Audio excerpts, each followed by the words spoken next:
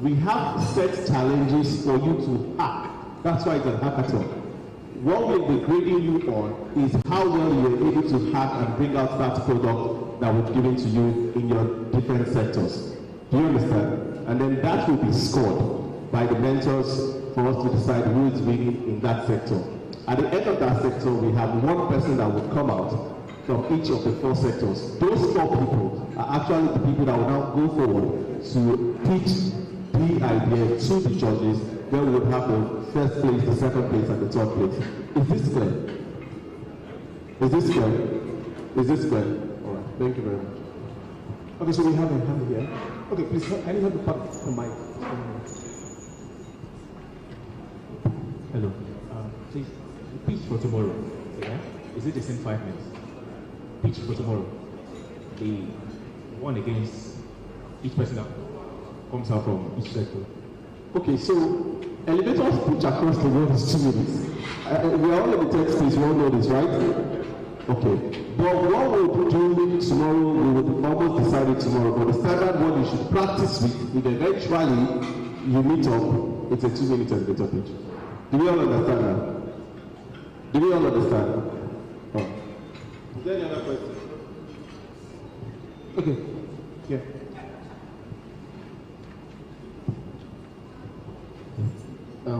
Good afternoon. So my name is Victor, and from the Faith Link. So today we are doing the first page, and after the hackathon there's another page.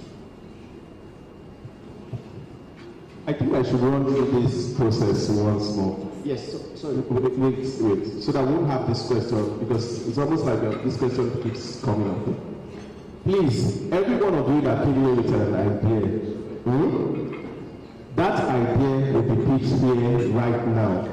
The moment you finish pitching that idea, off that part of you, like switch it off. Can we all do that? Can we all do that? Now, when you go into the hackathon, we have a product. So just see us as your client.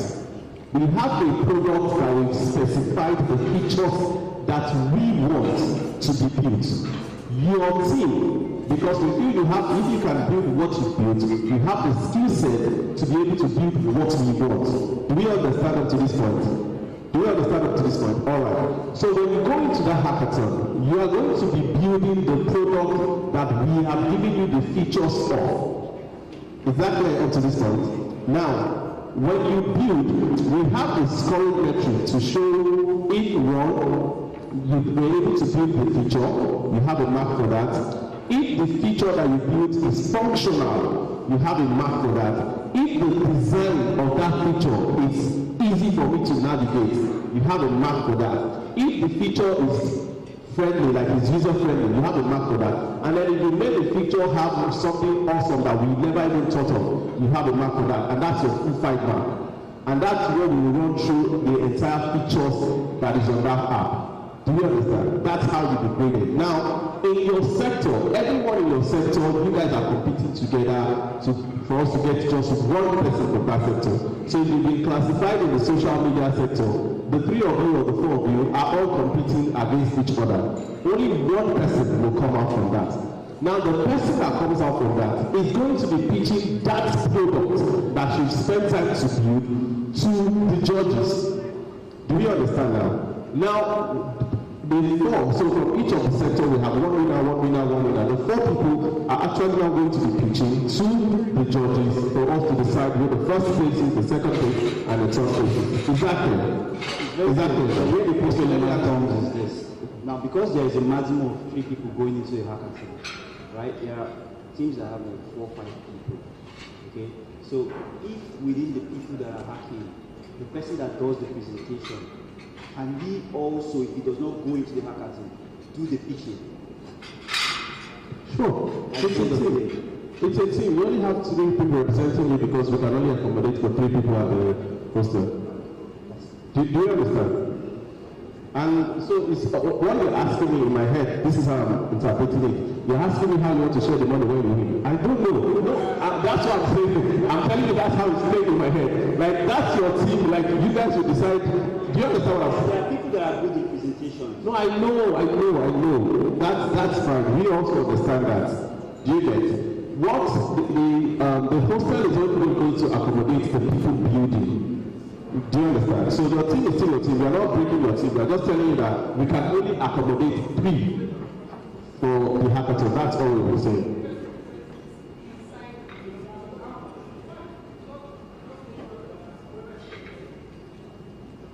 Exactly. Any other question? I think that's it, right? Thank you very much. Thank you very much, sir, for that clarity. I think it deserves a round of applause. Thank you. Okay, media team, are we good? All right, so we'll be coming on. Yes, they are. We actually bought some time for them. Media team, are we good to go? Okay. All right, but anyway, I think it will be a good time to also, as we are digesting our food, we also want to digest what we've heard and get it assimilated and get ready. Okay, Malcolm wants to say something. Oh, to me.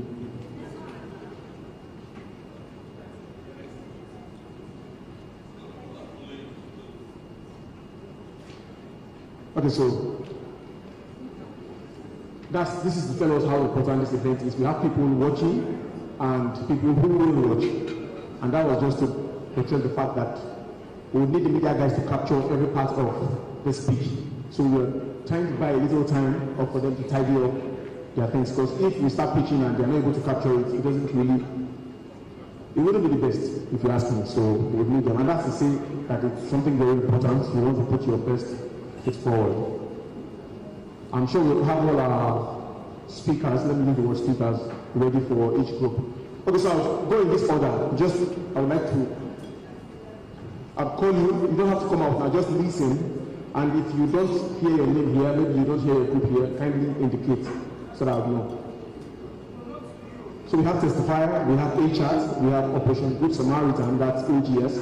We have Faith Link, we have Odd Action, we have Gigbox, we have Safe Check, we have Pero, we have CDO, we have Instant Accounting, we have Witty Hub, we have Skill Harvest, we have GitMax, Talk to Someone, and Faith Tech Holistic Wellness. I don't know if we all are here, so if you didn't hear me, you might want to do something about it. If you did not hear me, you might want to do something about it. Okay, so comments in a bit, just hang on, thank you.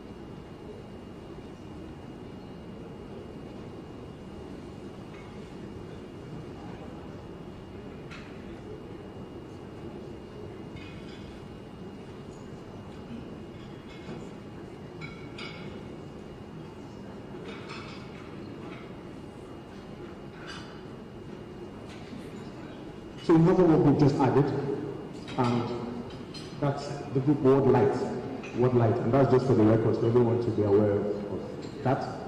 So we have Word Light. Thank you.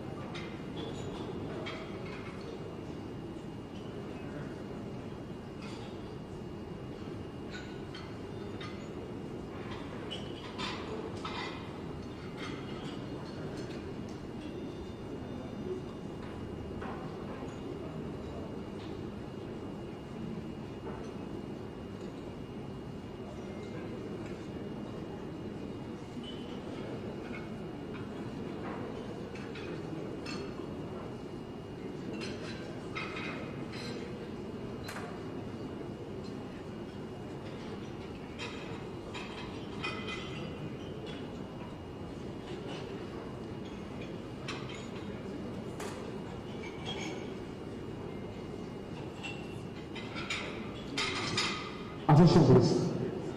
Okay, so if you hear a name, I need you to come quickly to clarify something.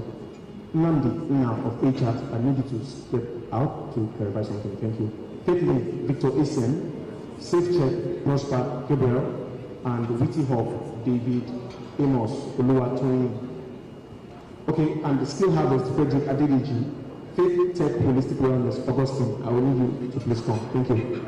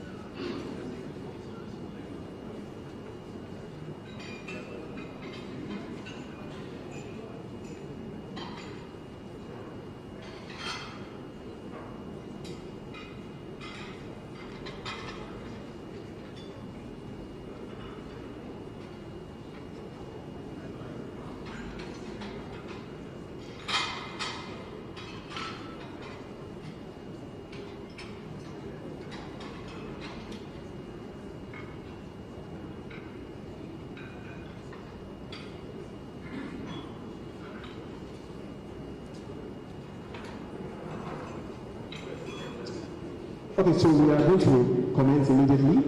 Some persons will be doing some checks with the media team, but we have a couple of people here that are 100% ready to carry on this presentation.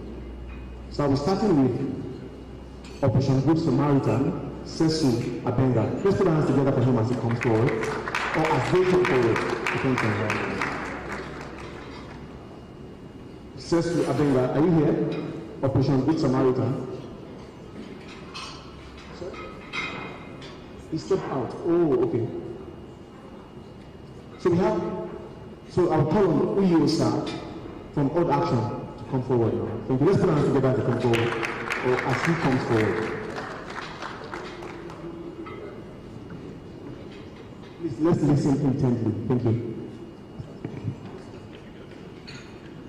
Hello, everybody.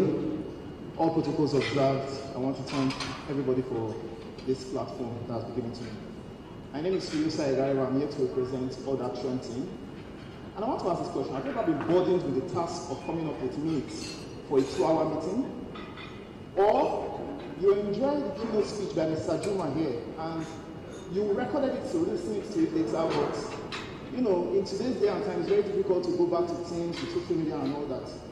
Enter Odd Action. Odd Action is a conversation to action tool. What do we do with Odd Action? We simply just take any conversation that is recorded, using AI, we transcribe that conversation, and you can chat with that conversation and automate with it. Let's say, for example, we have a meeting, and the meeting is for a tech meeting. So you assign the meeting and say, hey, Cyril is going to handle product design, and his deadline is on the 5th of November. Odd Action is going to extract that text and set it to your calendar automatically. So you don't really need to start juggling between many tools, writing minutes and all that. Everything is done automatically within the system. I don't know, are my slides ready? I wanted to discuss something. Okay, I'll just continue. I thought I'll have my slides so you'll be seeing it and it will be easy. Now, the market, we have seen that this market is going to be fit for people like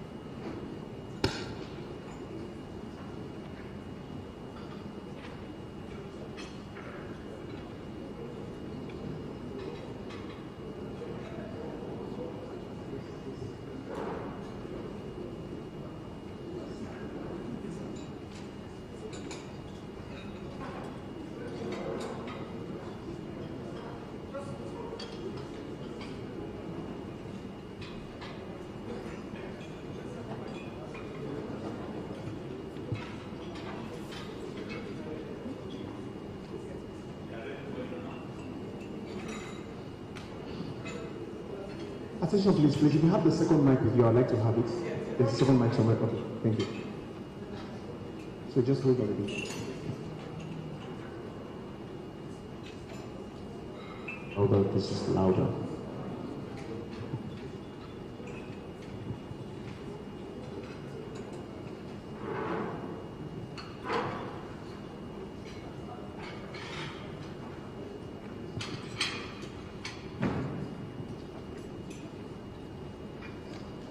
Okay, media guys, can you expand the slide, please? The slide rather, please.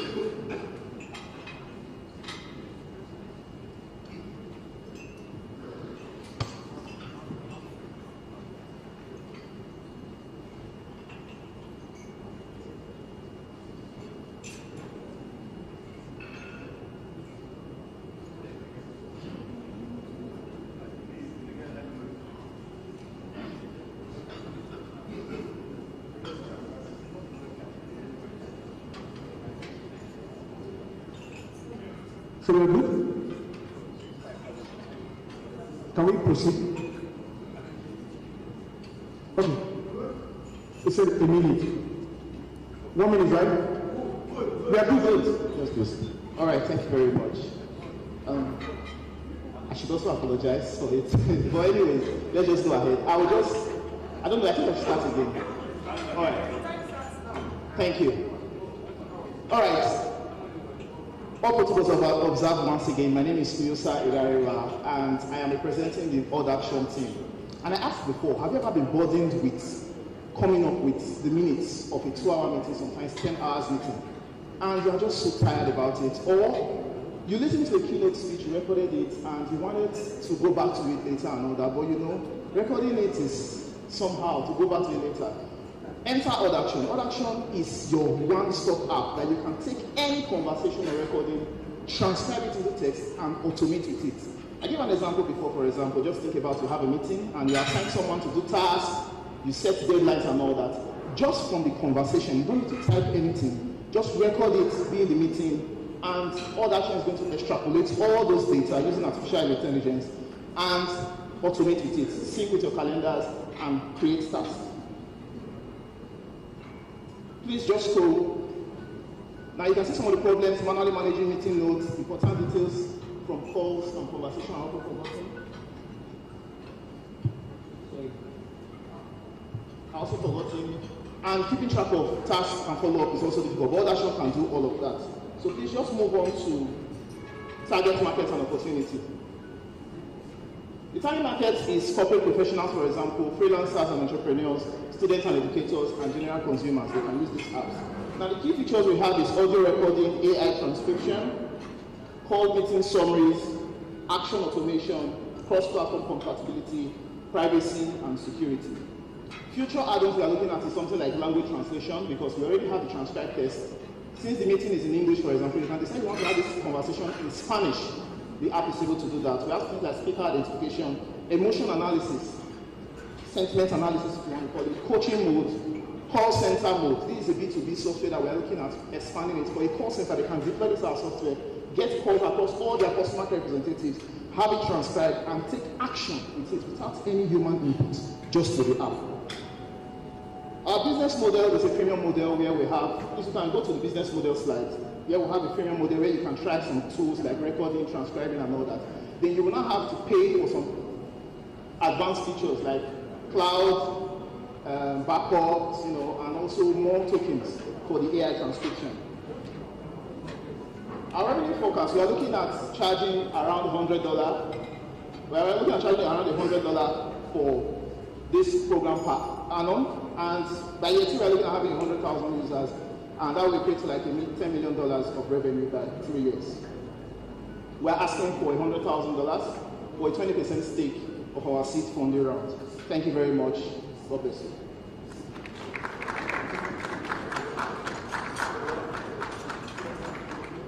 Thank you very much for the presentation. This is the time to ask questions. Now, the beautiful thing about it, because it's a teamwork, he has presented, but somebody from the team can answer questions. It's a team thing, so it's fine.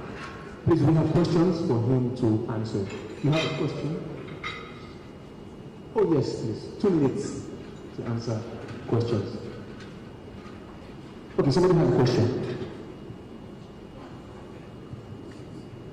Thank you very much. My name is Dr. Ebi Humphrey. So it's interesting to hear the solution you prefer, but how does it differ from what already exists?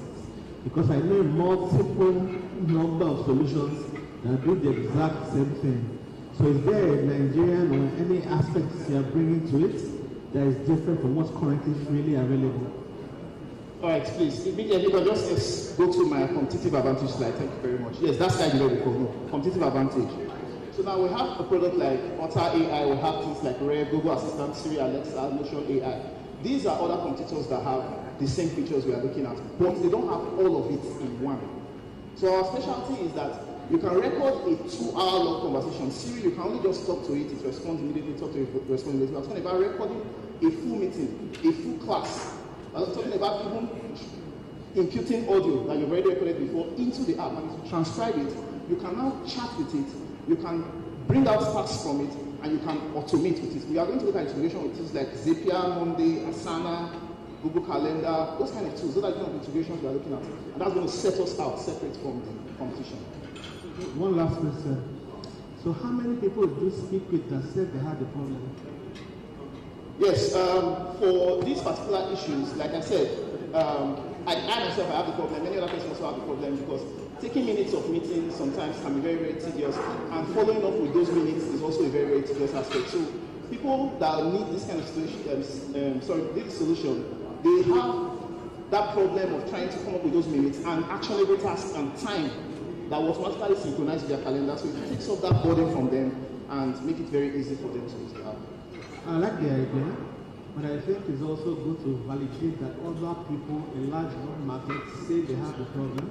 Because most times the problem we have is that we have an assumption that because we have it, a lot of people also have it. That's the current way they're solving it. I, for instance, had the issue, I have various ways I solve it. So you may think I have it, but I have an existing solution for it.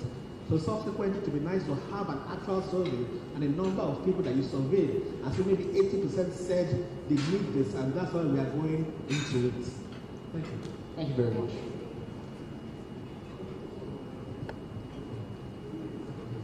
Okay, thank you very much. So you noted all of that contribution, okay, or the questions rather. So you actually...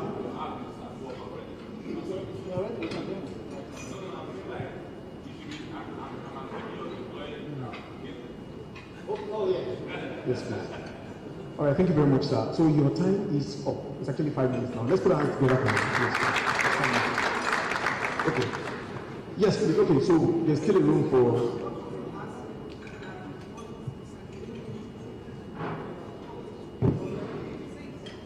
$100,000 for 20% seed round.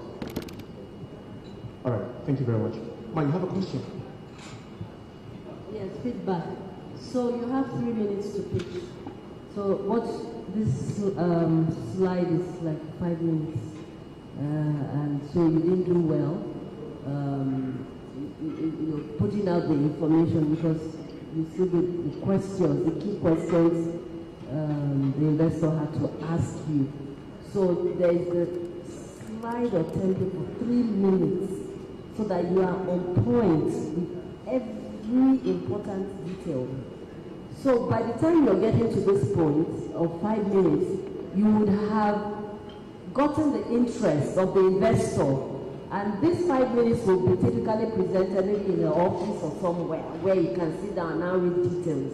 But 3 minutes at a stage like this in front of the investor, it has to be sharp and very highly summarized. The templates are available. Well done. Thank you. Thank you very much, Master. All right, thank you. Okay, so I'll be calling on... Yes, please, you can have your seat. Let's put our hands together for him. Thank you very much. Let me be up here. Okay, so the next person coming up from Operation Boots.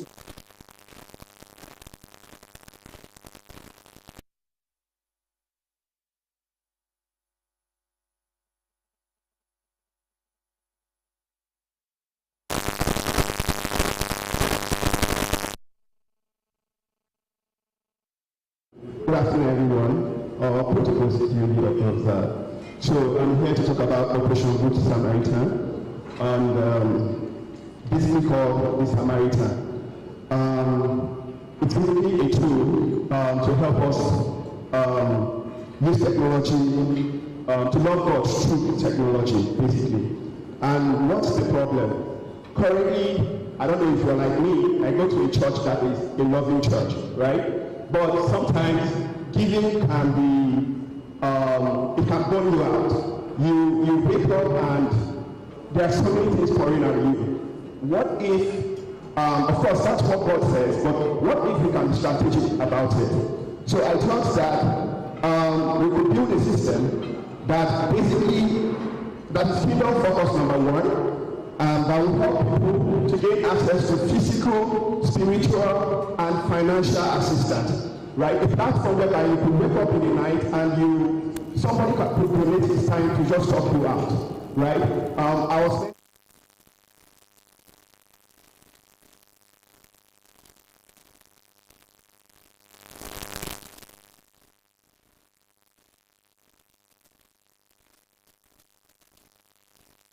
what's the business model? Basically, we are looking at a simple transaction fee, partnership and sponsorship with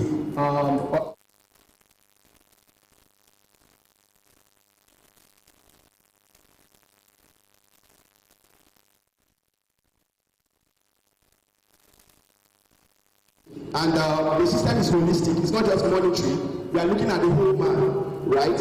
And then the transparency of the system. If you donate £1, we'll be able to tell you how that £1 solved and give you proof of the payment for whatever you did. And the strength is that it is the community of faith, basically helping you to live your faith, comprehensive support, transparency, strong network. And then the weakness is that, of course, tech barrier would be a challenge for new adopters.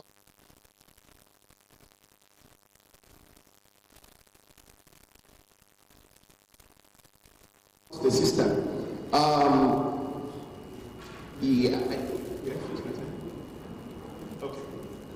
Okay, the competitive advantage, technology dependency, opportunities, interglobal networking, it's scalable, and and then the threat. Sorry.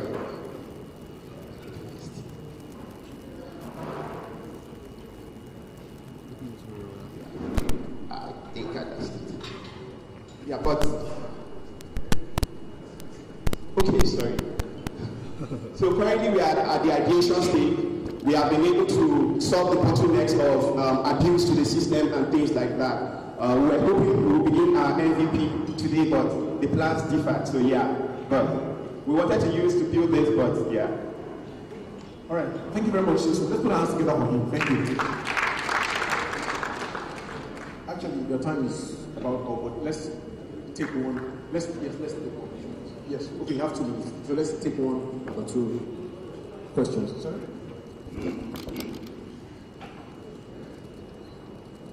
Sorry, I didn't get from Lord Malcolm. Oh, okay, questions, please. Questions?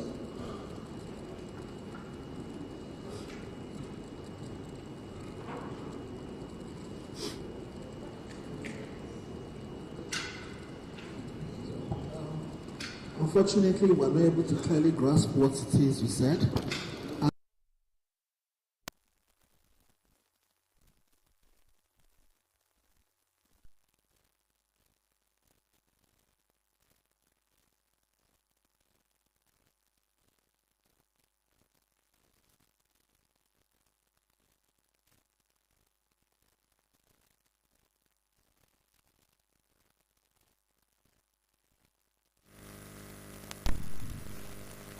In the court, you can basically see someone going through stuff. You can basically raise a request, and some lawyer out there will pick it as a pro bono and solve that problem for that person. You see a child that is very intelligent but cannot pay his school fees. You send him to the system. It takes basically a test, and then he could find someone to just pay up his tuition through school. Things like that. So basically, we are just giving Christians a tool whereby they can just live out their faith. So it's like a faith-based mentorship platform. Yeah. More like GoFundMe, but with the human factor, like mentorship and other things. Yeah. We are GoFundMe for this. So automatically everybody has that picture, and then we can flow with you as we are going. Cool. Because we really did not understand anything you were saying. Oh, I didn't. I don't talk about everybody else. Okay.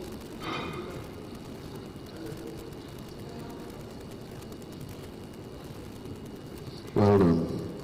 Thank you. So I want to know, how do you identify the people on the platform? Okay, we are looking at public service worker and then a vetting process. So for instance, like I gave the instance, a doctor, my wife is a doctor, so she could just call you in the middle of the night that a child is, and she wants to take from the savings, right? It's a problem we face, and I've seen other people talk about it, right? So I could just tell her. So I felt that, can we give it to a bigger network, right? Can we basically give people access to this kind of problem to basically gain from the blessing that comes with it? Yeah. What about in the church environment? Okay, so basically it's a system that is going to work with the church, right? The partnership, right? The idea is that when a doctor identifies a sick person, the system basically locates the nearest church there, right? Then the church vets that this incident is actually true, but we are not giving the patient the money. We are paying straight into the government coffers, right? Through a card that the system will give the nearest church through a partnership. So basically, if a child needs 10,000, for instance, a card will be funded with that exact 10,000 naira, and it will be only paid to the organization that was supposed to take the money and not given to the person directly. All these mechanisms are basically put in place to avoid abuse, because we conceived the idea, but navigating through the abuse, especially in our country, I think it was very difficult. But lately we've been able to find a way that we could navigate through the muddy waters. So just one more thing. There are a lot of moving parts. So what I suggest is you focus on one first and then build on the trust of that and do others. Because you started from mentorship, this sounded like fintech, moving to something else. There are too many things at this point in time, and it's a bit overstretched. So start with one very clear problem, very clear solution, very clear market. Once that has been developed, you can now leverage on the brand name you have to increase the services you provide. Thank you, sir. Okay, so I'd like to ask, what's your ask and equity? For now, I would like to talk that out. If there's anyone interested, I could discuss further out of here, because I didn't actually thought of that. All right, great.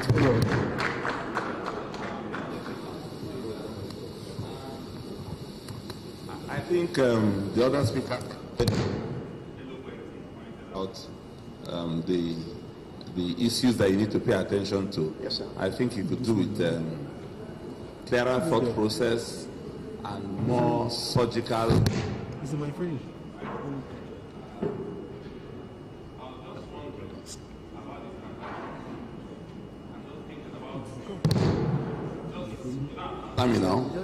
The ethical dimension of an app that's supposed to help us build confidence in managing charity.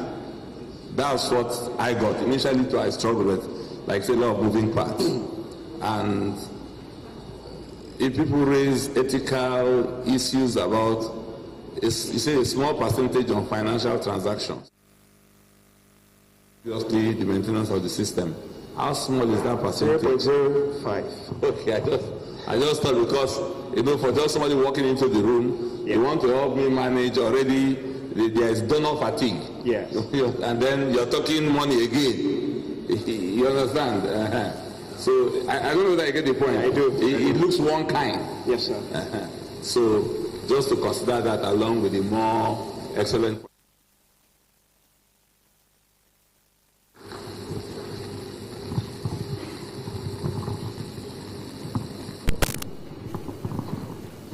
Okay, thank you very much. So Please, let's note this. The pitch will be for 3 minutes. The questions will be for 2 minutes, so that we will keep it on point. Thank you very much for the contributions and the questions. The next person I'll be calling is Sido Gabriel Adinga. And while Sido is coming up, talk to someone, get ready. So let's put our hands together for Sido. Yes, Gabriel Adinga. Thank you. You have the mic there. 3 minutes to pitch, 2 minutes for questions. Thank you. Good afternoon, everyone. I'm Gabriel Adinga. This is the wrong slide. I sent another one. This is the wrong one. Yes, I said that this is the wrong one. All right, okay. So let's move on. While they are doing that, I can just do my presentation. My name is Gabriel Adinga, and all protocol. Okay, let them get the last slide. Your slides are accessory to your presentation. So if you walk us through your presentation and your slides are supposed to enable that presentation, then and your time is gone. What we will do with your presentation is not with the slide. So you've got the stage, you have a right to wait, and your time will start until your accessories are ready.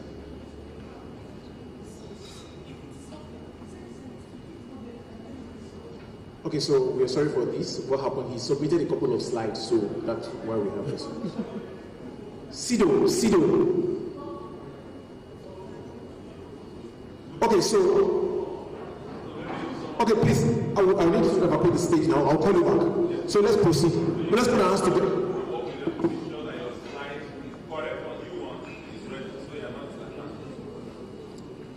Okay, so we're going to be calling, talk to someone, Ogedo, please come forward for your presentation. Talk to someone. Let's put our hands together for him as he comes forward. While Faith Link gets prepared. Faith Link gets prepared. Thank you. Good afternoon, everybody, distinguished ladies and gentlemen. Talk to Someone is an online Christian community support platform that basically look at the holistic well-being of the Christendom. Now, if you look at what is happening across board, people falling into wrong hands, wrong counseling, wrong pastors, and people taking advantage of the vulnerable. So we now, my team and I now look at, okay, what can we do to have a safe net for these vulnerable people? So we now decided to put up this concept called Talk to Someone. Now, on that platform, we have accredited, approved leaders, trainers, counselors, pastors, approved by the church or any investor that knows that, okay, yes, these are people that their integrity is something that we can vouch for. It will be an online app, to be an online platform that run on iOS, Windows, and Android. You can download, you can have access to it. Once you have access to it, you can easily request for a counselor. It pops up on your phone as my pastor. Oh, someone needs an advice. So Family Worship Center, for instance, have what we call the care group system, which is the church closer to the people. Talk to Someone is closest to the people because you can address issues right in the comfort of your home. You can address issues right in the comfort of your offices. Now, next slide, please. Now, the idea is for us to see that most of these victims, Apostle Lazarus was talking to somebody, and we saw how he blocked the lady's face because her pastor defiled her. Because he's not somebody that we can vouch for. So many of them like that, fake pastors everywhere. Now, Talk to Someone is going to be addressing those issues. We have psychosocial therapies that so many people need. Now, the World Health Organization said that over 280 million people need psychosocial counseling frequently. Now, what are we going to be doing? Next slide. Next slide, please. Sorry. Now, the SWOT analysis of the strength of this concept is growing demand for trusted. We have a growing demand for trusted platform. So many people need people they can actually talk to, they can walk up to and do. Now, it's scalable, it's user-friendly, the back end, we have trained professionals at the back end. Now, the weakness is that it requires significant number of approved and certified counselors. Significant number. Now, managing, monitoring, and retraining approved counselors also a very demanding. Dependency on continuous content creation. We are going to. Why is Facebook high today? Now it's because it's very. Now we have a platform that so many things pop up on your path. But talk to someone is strictly faith-based, strictly straight faith-based that will help to build the spiritual and mental and physical well-being of people. Yes. We're looking at just $10,000 US dollars for this project, and that is what we are looking at. And with that, we'll be able to develop a more holistic platform, a more viable platform that will be able to address such issues. Thank you. Okay, round of applause. Yeah, that's good. Thank you very much. Yes, so we have 2 minutes for questions, quickly. Thank you.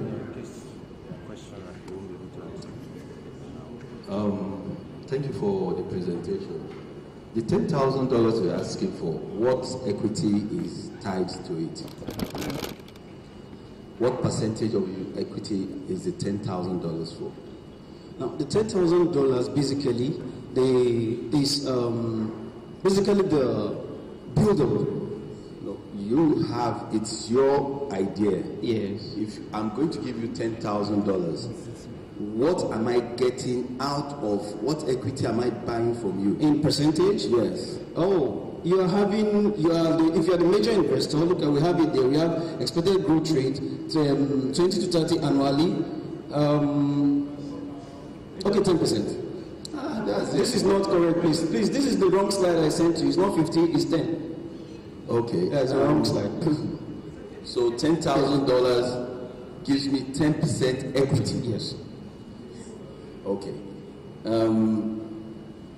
For me, I think you didn't come out clearly in that, because your pitch is for people to invest. So you didn't make that part clear. You just said $10,000. I could assume, okay, I'm giving you $10,000 and I take 100%. Okay. So when you're doing when you're pitching, make it clear. This is what I'm looking for this value. Do you understand? Thank you. Okay. So thank you.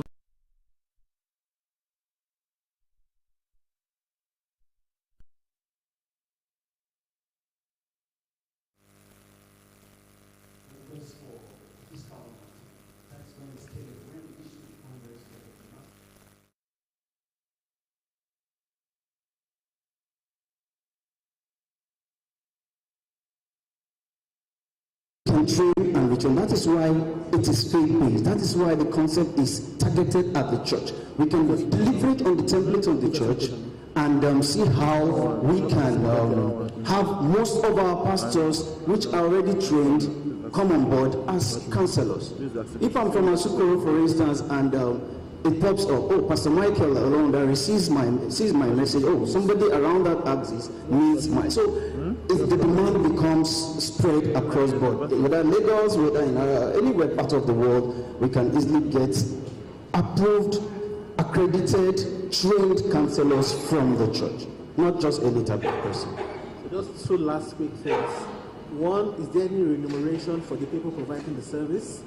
And 2, I think we should look a bit further than just in-house training, in the sense that we can look out for professional therapists that are believers generally, because they already have the formal training to handle these things. I know many of our pastors want to also do that, but it's a certain level of training that complements. I may want to heal, have the anointing, but there's also a physical aspect of spirit and name. Yeah. So for therapy in particular, there are trainings that therapists go through to give them a special skill. So therapists generally that are believers can be something we can look out to increase the number of supply at a faster rate, and also look at the remuneration for these people. Yeah, we need to take it very slowly so that we don't have multiple people coming to the platform and we now dilute the issues. So we have to take it step by step. Let's do a test run within the church premises and see how it works before we start scaling our board. Yeah, we know there are very known ones existing. If they are recommended by the church also, yes, this person can go, this person can go, this person can bring them on board. Yeah. Okay, thank you very much for that. Yes, so your time is up. Thank you. Okay, let's put our hands together as we welcome. Oh, we've not even heard the person. It's all good. Victor Essien from Faith Link.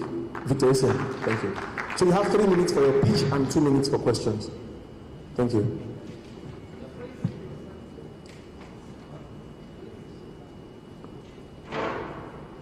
Faith Link slides, please. Faith Link slides, please.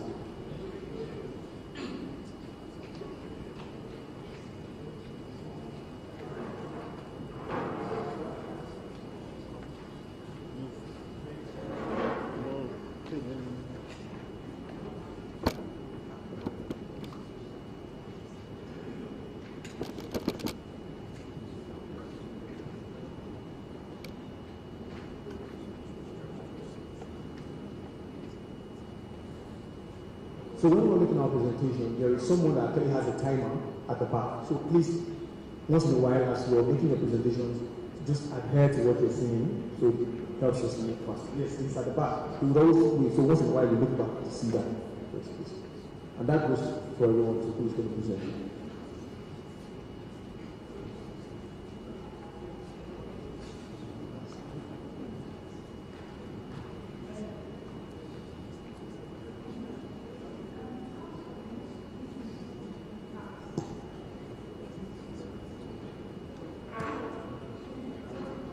The time will start when you start presenting.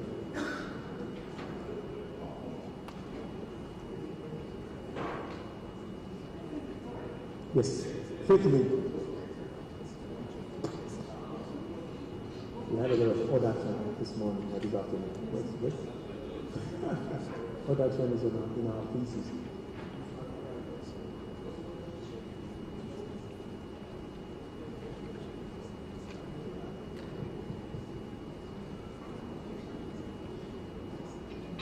Okay. Yes. Thank you.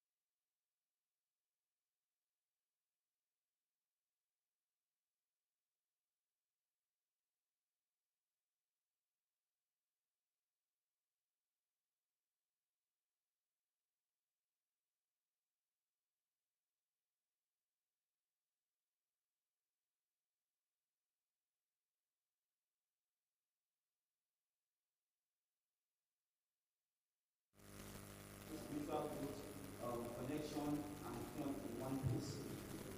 Then you can have the Bible, you have different versions of the Bible, you have the devotionals, you have people who can actually drop devotionals. Like I'm actually a part of this family worship.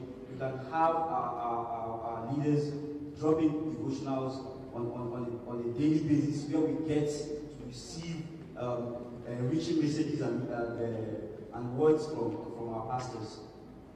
Yeah, so I'll talk about dating. Now, this is personal to me because I particularly met my wife on a social media app. Now, imagine as a young person, you are in an app that is not controlled by the Christendom. You know, that this is actually very messed up. But imagine if I had met my wife somewhere where we are regulated. This is something most of our youth, especially the young men in the house, some people find it very difficult to approach young singles in the house. So if we have a platform where they can actually meet together, you know, online, they can talk to each other through chats. It makes the job easier for them. Next slide. Next slide. Now, our church emphasizes much on young urban professionals. We create an ecosystem where engineers, lawyers, whatever you have in your field, you have a system where you interact with each other, talk about opportunities in your field, grow together, and all that. Next slide. Time off. Next slide, please. Sorry. So this is a mobile. It's a video. You can play it. It's a video. Okay. So this is what it looks like. So right now, this is the perfect time because we have statistics from the Christendom, how many were in the world, and something really happened recently where a Muslim actually rejected this gay something in Manchester. They wanted to come out in their uniforms to represent the gay movement, but the Muslim was actually the one who stopped it. Right? So we need to exert our influence in the world. So this is part of what we'll be able to do to influence. The world will not platform us. The world platforms people from their side. It is a war between us and the world. So you get to see a lot of influencers who you cannot face one-on-one, but the world platform them and they become very, very important and they impact on our young people. We have to create a safe space where our people will meet and then it will influence them, not what we get from the other platforms that are controlled by the world system. Very much, sir. Thank you very much. We actually have the time is up. Thank you. Sir, yes, time is up. Thank you. We have spoken a lot. So we'll be taking questions now, right?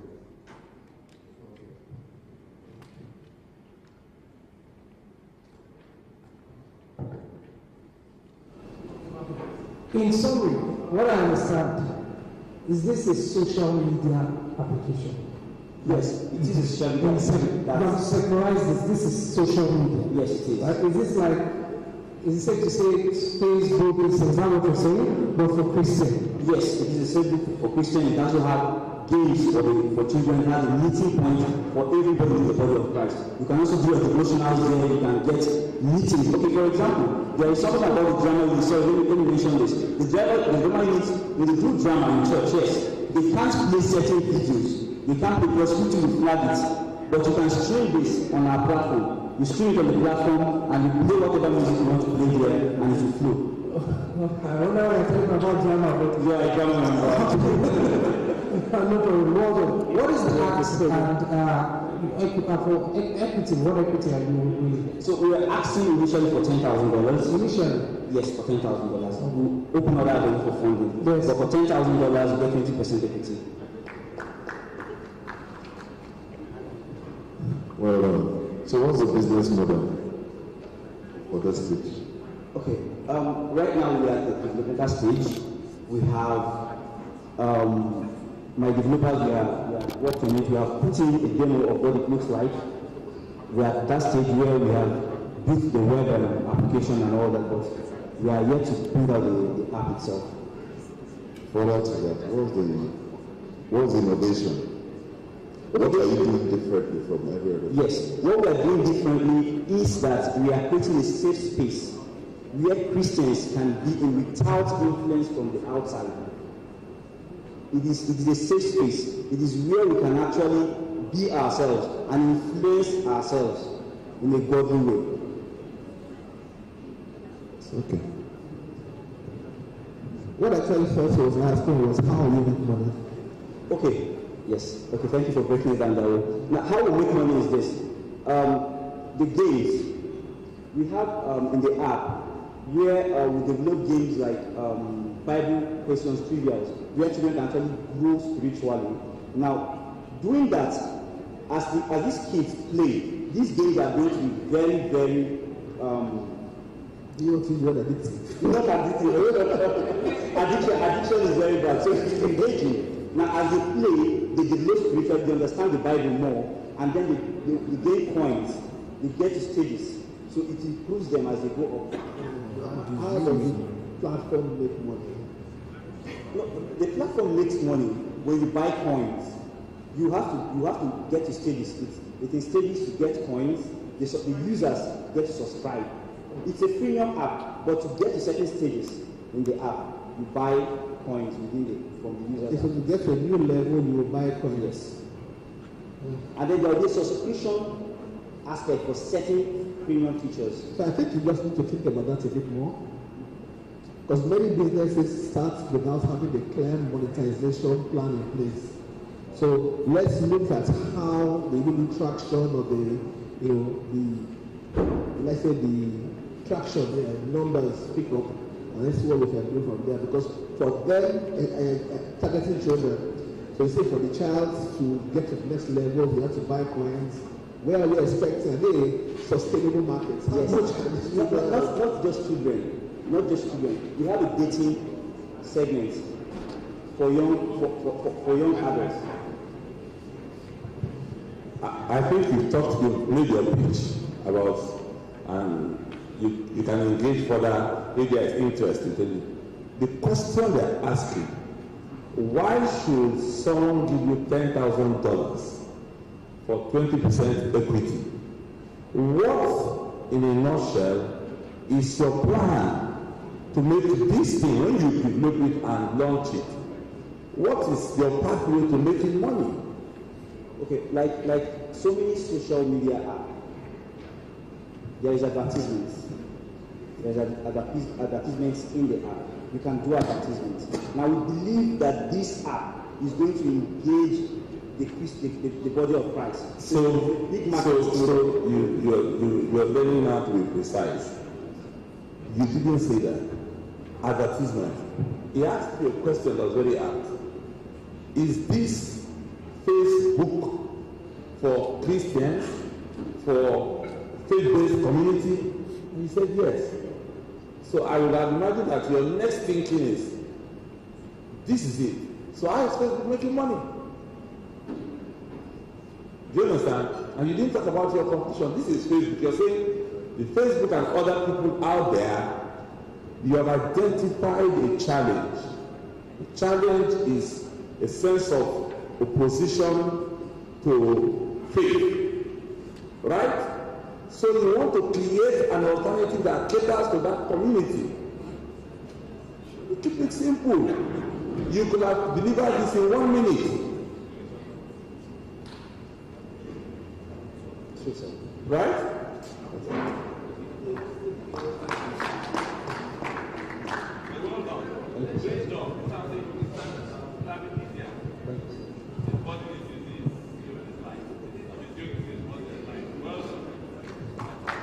Thank you very much for that. So right now we'll call on the next person, Walter from Instant Accounting. Walter, where are thou from Instant Accounting? Let's put our hands together and him as he comes forward.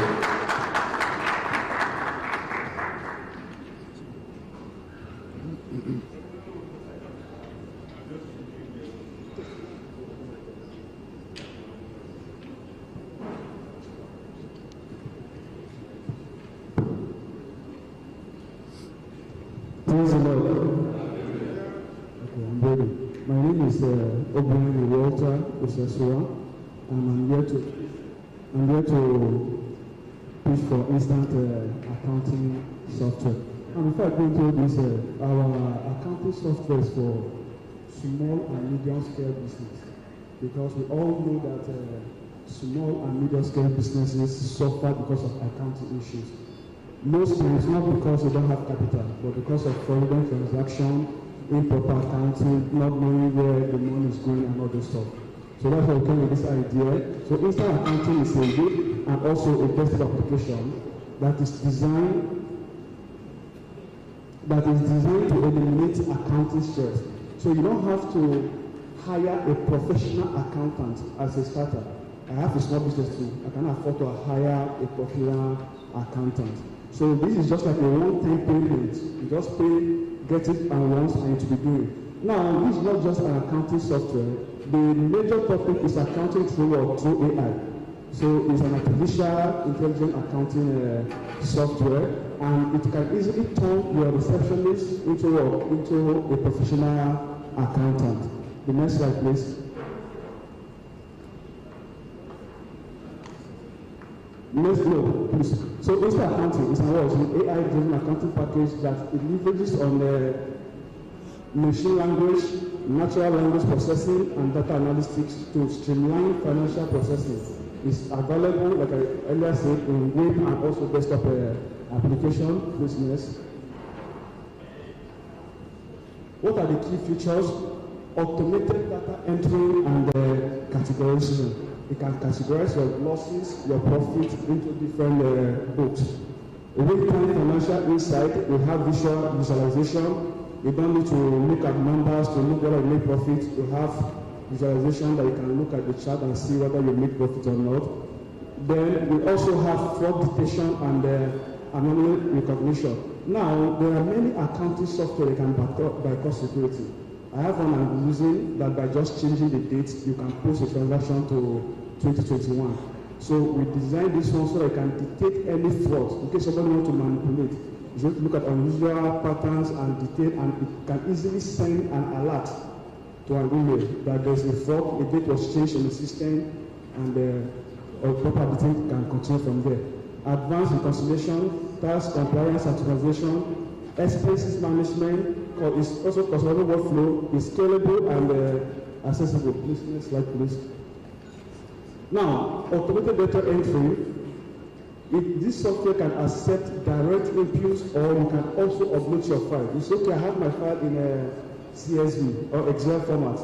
I'll type it there. Can I upload it? Yes, you can upload it. You don't have to enter every transaction. So you can have your you have a previous database. You can customize it, but you have a database in Excel, because there are a lot of businesses using Excel now. 10 seconds. You can customize, then you can just upload it. 10 seconds. Automated post. Let's go, please. We have next slide. Dashboard optimization, benefit, empower decision making with real-time data. Next, please. Next slide. Fraud detection, like earlier said, recognize unusual patterns. You can set SMS alert for security and reduce for financial risk. Next. Time up, absolutely. Tax compliance, like I said, okay, next, please. Benefits is okay, target audience, please. Medium scale size businesses, optimization, low cost, please. The next slide. Okay, please. These are our strengths. The data entry data interface, Insta Accounting can accept data in fact. Thank you very much. Okay. What should ask an equity before we take the question? Okay. We are not putting it for sale, we are looking for investor. That's why I want to look at my chart there. That's it. We look at the problem we have in art. We are looking for partners that we can sit down. This is an idea we have. We don't have the financial capability to pull it. So we don't have, I don't think I have the right to start to sell. Okay, so I'm looking for partners that we can sit down and say I can drive this up to meet the market people. The equity is asking is, okay, you're looking for partners. If I'm to partner with you, what percentage are you giving me out of your existing structure that you have? Okay. Okay, praise the Lord. Praise the Lord. So, I have my colleague here with me. He's a software developer. Let him also answer a question. Yes, please. Please come.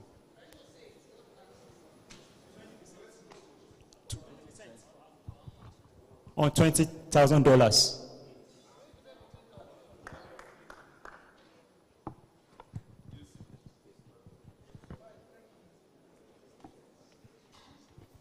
Okay, so very quickly, I'm showing you, when you review, you see, you repeated many things you said before, okay? And that was the time you could have used to say, the whole idea beyond making those listening to you believe you enough to want to invest in you, the partners you're looking for, is to say the most important part of your pitch next to that case, that business case, is that ask. I'm looking for somebody to give me this, as a basis for partnership in exchange for this percentage equity.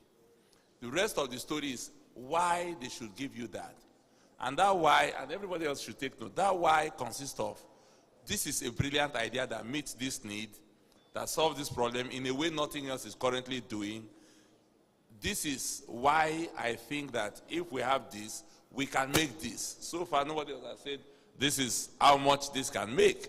Because at the end of the day, beyond just a good idea, the person giving you money is also interested in making money, right? Yes, good. So when subsequent persons are coming, I thought you would have learned from that this thing. You are repeating yourself. The technical details, not everybody who is going to invest with you is a techie. But even the person may be illiterate, but he has money. He wants to invest. What he wants to know, this thing, market day. You understand? But great job. Thank you, sir. Great job. Well done.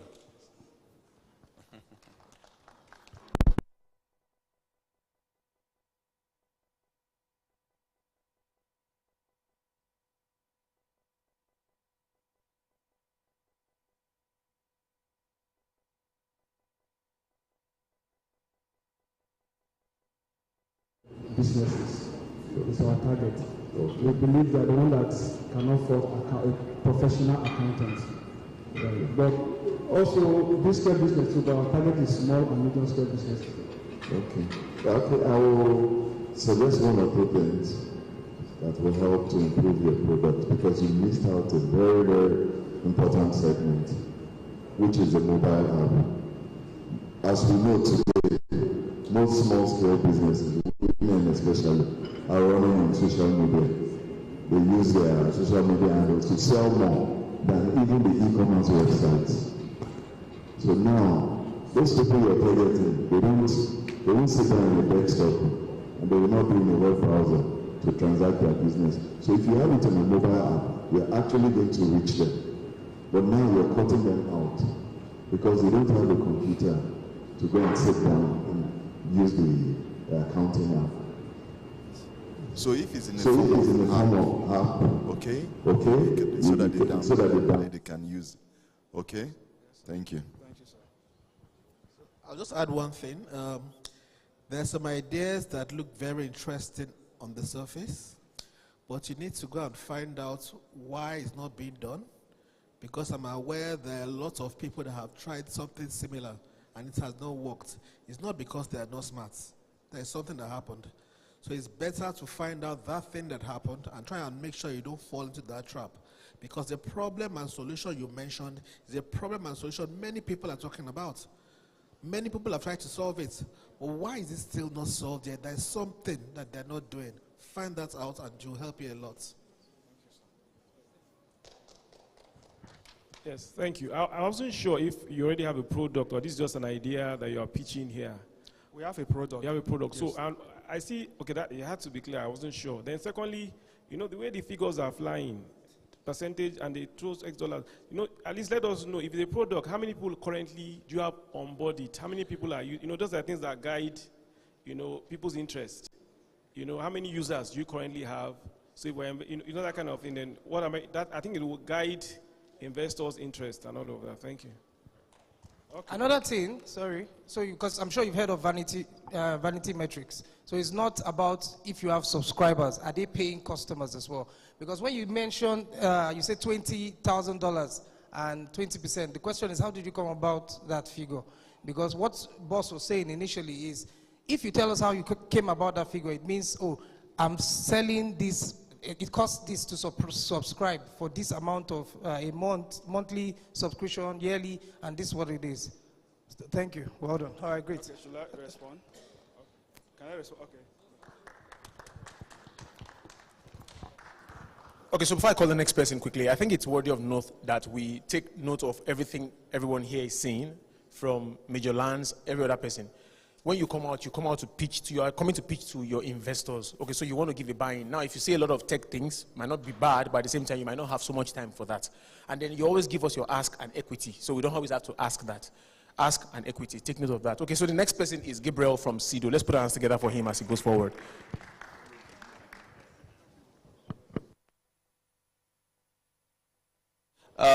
CEDO, we actually set out to innovate around climate resiliency and smart agriculture. But in the process, we discovered that the majority of our customers are people who live in the rural area, which are farmers. So we now said, okay, why not let's begin to educate them around this line? So that was when we come up with the idea of CEDO. Please go next. Next slide, next slide, next slide.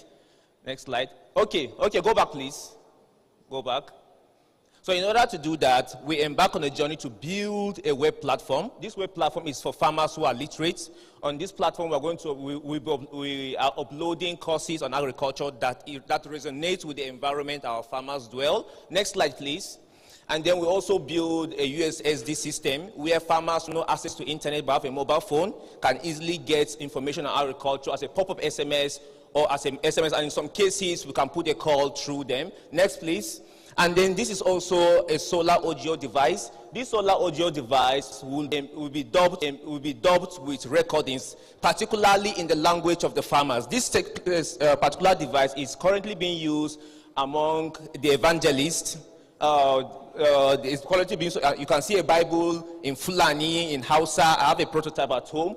And so we want to do the same thing for agriculture, where we take this into the people who don't have access to education, and then we educate them about how they can solve the problem of agriculture in their own environment. And then how we intend to actually get to them, we want to leverage on existing structures that they have, like cooperative societies, and then religious-based organizations, even their traditional rulers. That's how we intend to get to them. And then for our marketing strategy, we discovered that with as little as 12,000 naira, having 1,000 farmers, we can make 12 million naira yearly.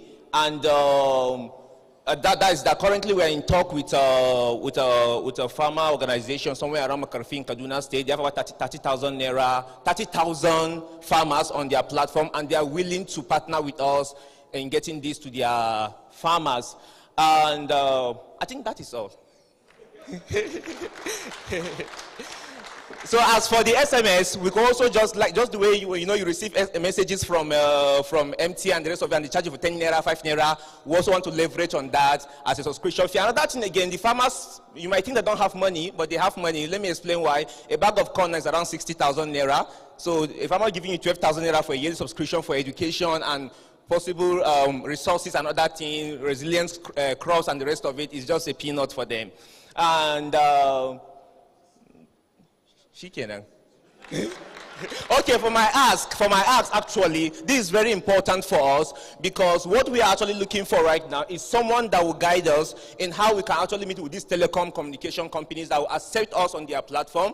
Then secondly, someone that can help us to actually build this software, because we have begun recording audios already. And then for the website, we have already built a prototype of the website already. So what we just need is just a little amount of money, 15 million naira, and a 15% stake of the company will do this for us. Thank you.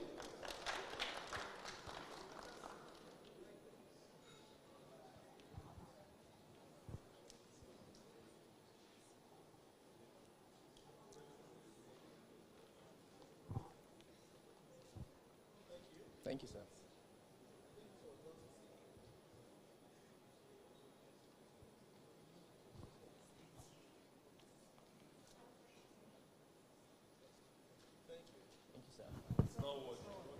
Okay, thank you. I think you did it in a succinct manner. Everything was clear. I have just one advice. We need to try and do a pilot, especially because we've noticed over time that farmers are a bit set in their ways. Before they begin to pay for something that they've not used before, they need to be clear that it will help them improve their yield. Yes, so I worked with a company, I was close to a company called Thrive Agric. I think you know about them. They're doing quite well now. And what they did then was they first of all set up parallel farms to the farmer's farm using their own method.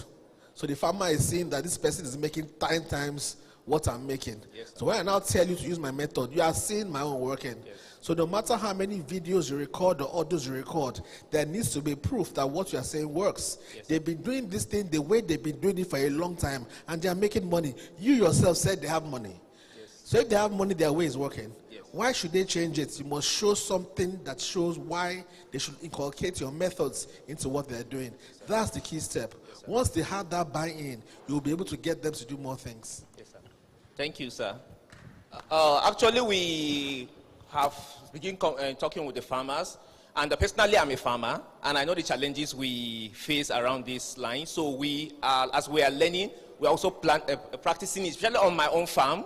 We're also practicing most of these things. Besides, even for the modern urban farmer, we're also developing something for them around hydroponics and the rest of it. So we have been discussing with the farmers. Besides, when we did our market survey and we issued questionnaires and the rest of them, we discovered that over 80% of the farmers were willing to jump on this, because that particular audio device I showed earlier has been successful in the mission field, and taking it down to those people who don't have access to mobile phones has been successful. You know, you have the Bible reading from Genesis to Revelation. So I believe when we do this, they are willing to accept this, and we're going to do just as you suggested, sir. Great. Thank you, sir. Okay, quick one. Who currently, do you have any competitors, any competitor in the market currently, and have you ever been funded before? Yes, for competition, just like the one he mentioned, Trap Agric, they are of course an obvious competition. Okay. And then there are other ones. For funding, just a few weeks ago, we participated in a hackathon organized by FCMB and FMO, handled by HIF Ventures. They sponsored us to Lagos. We went to Lagos, although we didn't make the cuts, as in for the first prize, second prize, and the rest of it, but they rewarded us with 500,000 naira. You didn't say that. I saw FCMB in the slide. You said wrong slide. That was why I said that was not my slide. I know, but you should have mentioned the fund. Yes, I'm sorry. No, it's all right. Yes, great. Sir. Yes, sir. Thank you. Thank you very much. So we'll move to the next person quickly. Remember, 3 minutes to pitch and 2 minutes for questions. Elizabeth from Testifier. Let's put our hands together for her. She goes forward.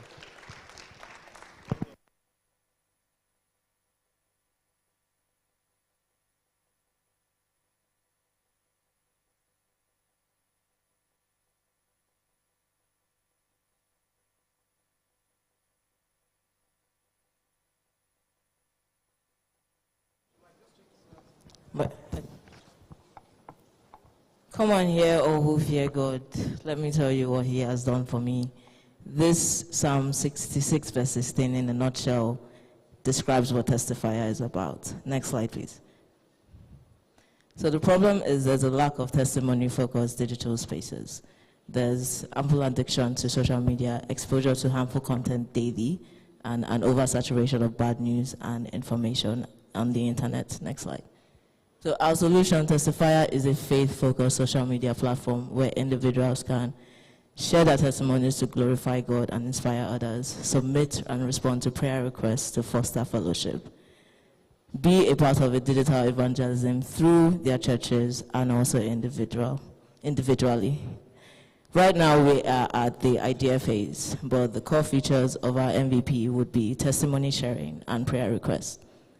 So our business model, we are a donor sponsor. We are running a donor sponsor and partnership model, similar to YouVersion Bible app, which I think most of us know about.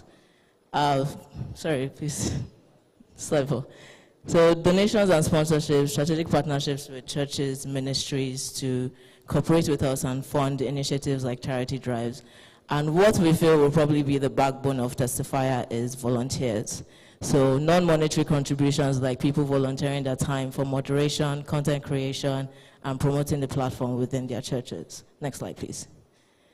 So engagement strategy, if I was to use family worship as an example, is meeting with the church to understand how testimonies are being reviewed, for instance, and also getting testimonies that have already been shown in the church to be uploaded on the platform as an initial feed. So the first things people see when the platform is developed is just a flood of testimonies and good news of what God has done. And then we can expand to different branches of the church. We can also partner with other churches and then scale up to global expansion. So it's a platform for anybody and everybody to be a part of. So our ask for funding, we are seeking 10 million naira for 10% equity. I added that one based on feedback. But since we are at the idea phase, it's largely to support the design, development, and initial launch. What we really are seeking is to have a mentor that would help us understand the business, help us understand whatever technical whatever technical knowledge we need to enhance the value and enhance the scaling, and access to church networks for initial boarding. And for proposal for investors, Testifier operates on a donor-sponsored model. It's completely free. We don't really intend to, there's no focus on monetary profit. It's completely social impact profits to focus on God, glorify God, foster evangelism, foster faith-based communities, and address addiction. So you will be, we'll give you a badge as our foundational partners, to help our mission, and your reward will be in heaven. So I'm the founder, I have a co-founder, Deborah, and our software engineer, Cornell. Next slide. Thank you very much.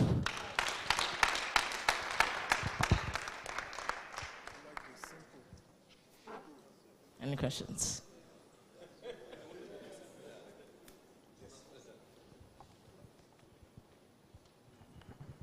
So thank you very much. This should be a sort of example on how it should be done, especially because all the key things were touched on.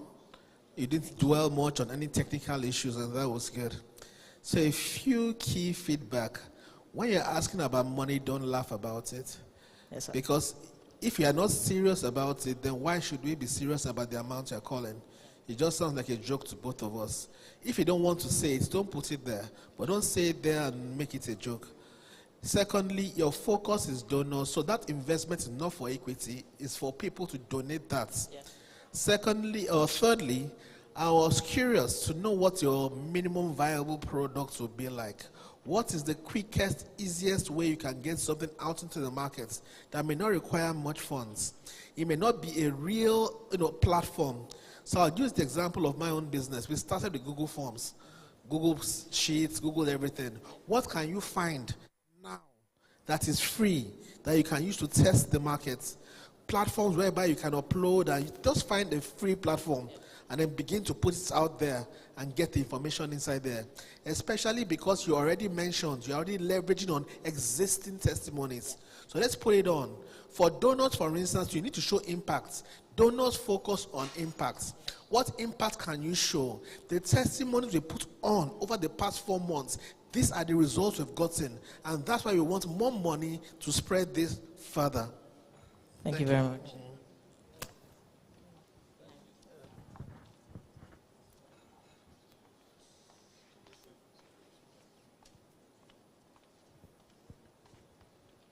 So I grew up watching CBN. CBN, Christian, Pat Robertson. And so it used to be every day where I was living then. And then later it became every week. And then later, you're not really sure when they will show the CBN, So it meant that the model was based on donor thing. Yeah. At the time, I even tried to become a partner, but I know there's a lot of effort required, money, required even looking for money, looking for donors, and sustaining it over. So I think one of the things I would have loved to see is how you plan to drive that passion to keep, keep this thing running sustainably in a sustainable manner, and then also the churches already have their platforms that they guard jealous. Every church wants to be very visible and very vocal, and then when they give testimonies to you, you have to invest in verifying some of those things. I think that's what CBN does subsequently, exactly. So that we're not carrying us on the flight and all of that. But I think it's a wonderful idea. It's just a sustainability thing that I struggle with. Thank you. Understood. Thank you very much. Great idea. I'm just going to give you maybe 2 feedback. One is you can start with just a TikTok channel that says Testifier. But I think what would make it very impactful is categorization of testimony. Yes. So I might have a financial problem, and if I read people's testimony towards how they were, and this happens to me a lot, I can be very, very rich financially, and then I just oh God, what am I supposed to do? And then I read about somebody's testimony that I was down, he just prayed, and someone just called him from somewhere. I'm like, oh, really, it works like that? And then I try that, and it works, right? So that's very mindful. You said something about you need volunteers, but volunteers also needs value. So you need to be sure, why you said their reward is in heaven, not necessarily, you need to be sure that there is something in it for me. It might not necessarily be financial reward, but there should be something that maybe gives me some sort of feel that, yes, you're doing kingdom work. And one scripture that came to my mind for you to know how deep this work is, there are only two things that we use to overcome the devil. You know, right? Yeah, so that's how that's how deep. So it's going to be that you're one of the sword on earth, right? Hmm? The test and the blood. Yeah. Do you understand? Yeah. So that's how deep it is. So it's not something you really need to.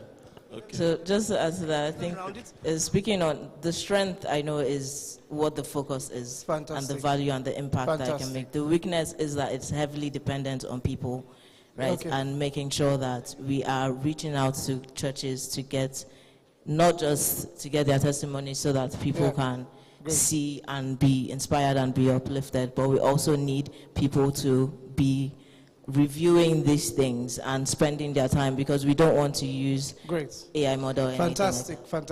So well done, great idea. But I understand the questions coming in, but one thing you said is that you need help with mentors to get you. So we heard that.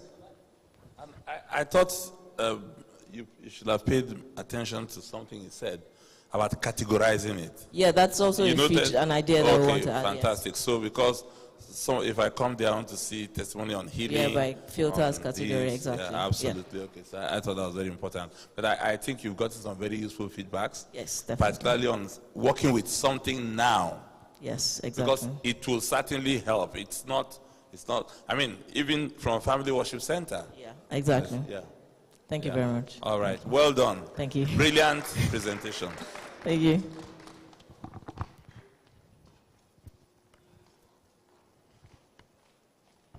Thank you very much. So we have the next on the list, Bidemi Treasure from Geekbox. Remember, 3 minutes to pitch, 2 minutes for questions. Thank you very much. Let's put our hands together for him as he comes forward.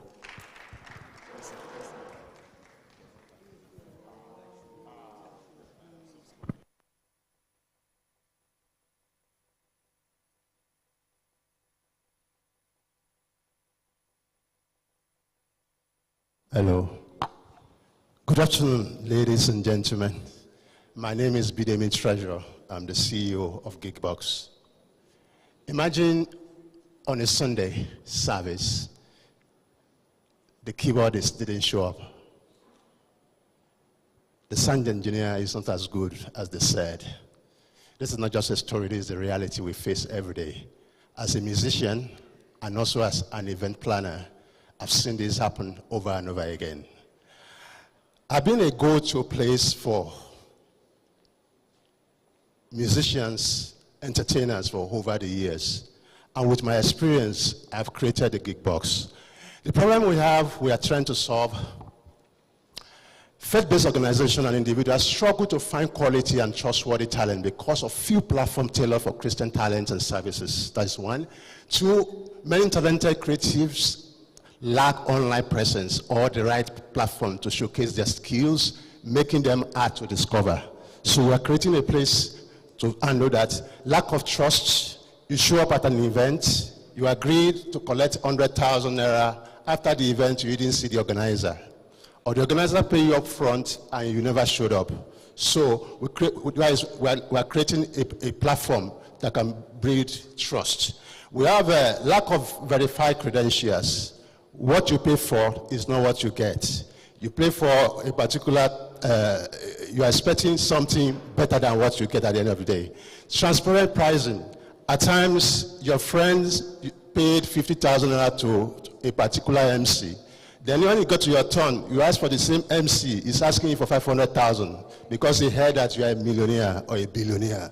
So we have transparent pricing problem. So the problem we're trying to solve, faith-driven platform is a platform we created that is a Geekbox to connect Christian community to talent service providers like musicians, like sound engineers, like media experts, and so on. Simplified discovery of booking. You can be in your village and you need a saxophonist to do a surprise birthday for your wife.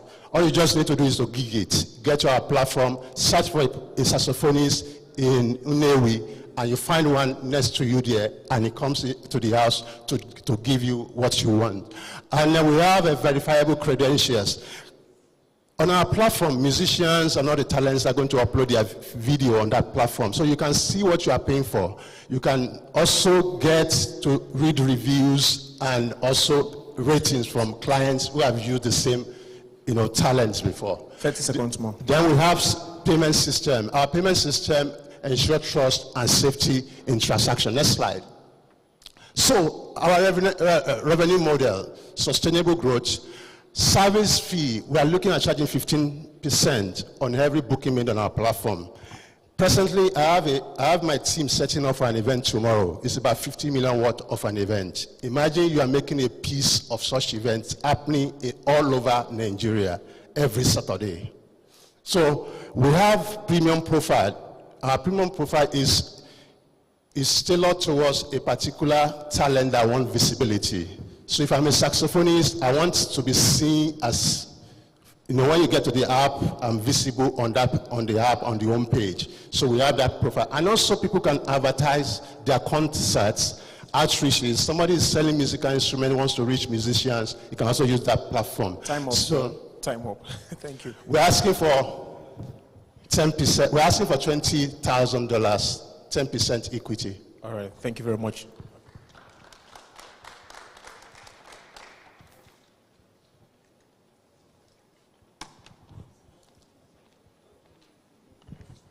So thank you. This was a great presentation. So I'll first re-echo something an earlier speaker said.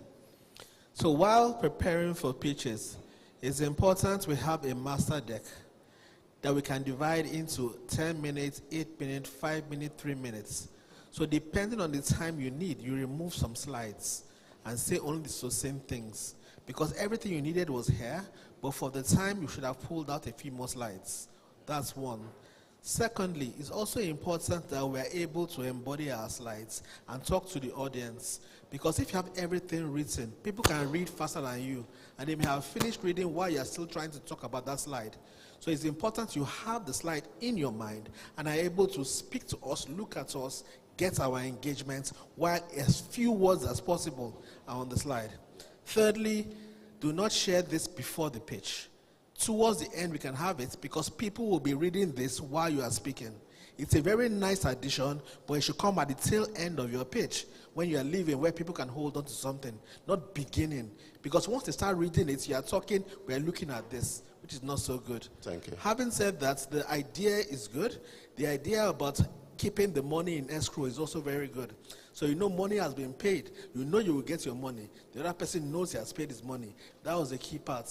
What I was wondering about was how you source these talents. And right now, there are also people that get these agents. The middleman they are using now, how do you think they'll react to such a solution if it's available? There might be some level of sabotage. Because I remember in the early days when people set up platforms for booking houses, the agents really kicked against it very heavily because it was taken from their pockets. Any business that takes from someone's pocket, the question is how would that person react? We should also factor that into what we're talking about. But having said that, all in all, this was a great presentation, and I think it will do well if done the right way. Okay. Thank you, sir. Thank you, sir.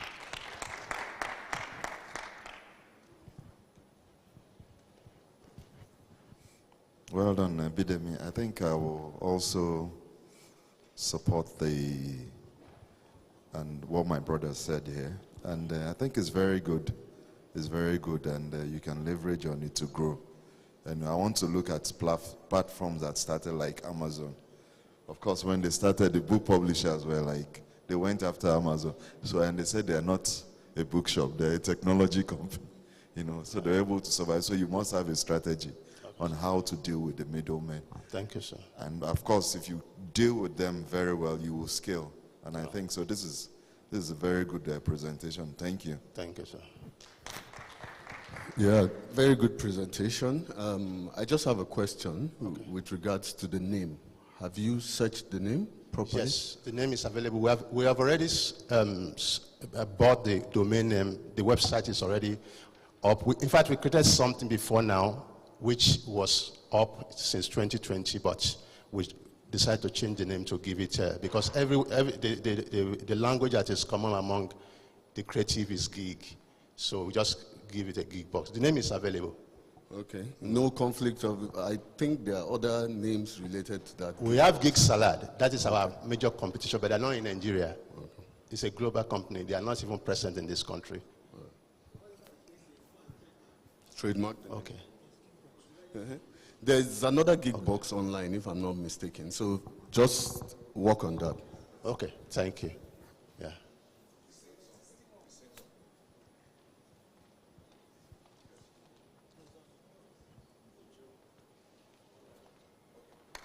Okay, thank you. Thank you very much, Uncle Pidimi, for that presentation. The next person will be Gid Max, Emmanuel Jacobson. Gid Max. Let's put our hands together for him as he comes forward. Remember, 3 minutes to present, 2 minutes for questions. Thank you.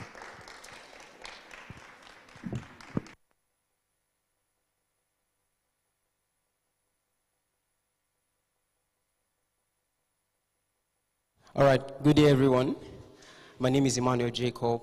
I'm going to be talking about the importance of geospatial analysis, and we'll be working on, I'll be designing a geospatial web app, basically for family worship center care groups. Now, imagine if you're a new member and you got to give your life to Christ, and then someone said, have you joined the care group? Of course. And then you don't know what is care group, and someone gave you the address, okay, come to this care group. But then while you were on your way, you got stuck because that place is not on Google Map. You don't know where you're going, you're confused. Meanwhile, there is a care group closest to you, but because you did not meet someone to tell you about that, so you were confused. So the major problem we are solving is the problem of location, in the sense that we want to be able to identify all care groups for family worship center.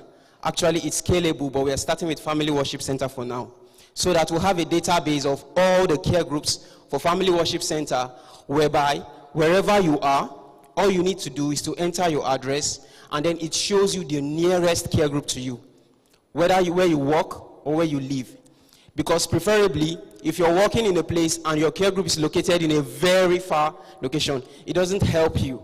So it is important that where you work, it depends on your choice, where you work or where you live, and then you can be able to locate the nearest care group to you.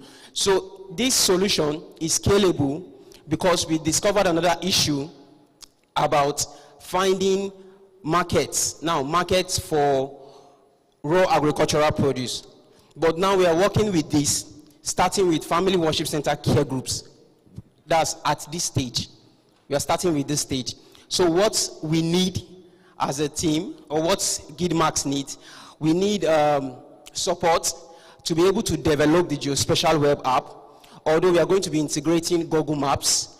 And one of the backlogs about Google Map is that if there is no address on Google Map, you can't find that place on Google Map, no matter how updated it is. So what Google Map needs you to impute the address before it can be seen on Google Maps.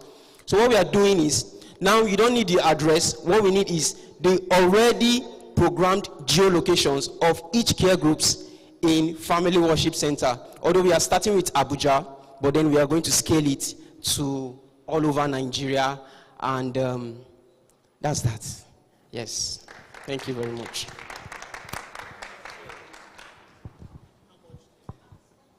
Okay. Okay, our ask is 5 million naira for someone to be able to help us design the geospatial web app. And then we're also going to be integrating, we're also going to be doing data collection for each care group, because we need field workers to help us go to the location of each care group, capture the geospatial location for the integration in the geospatial web app. That is that.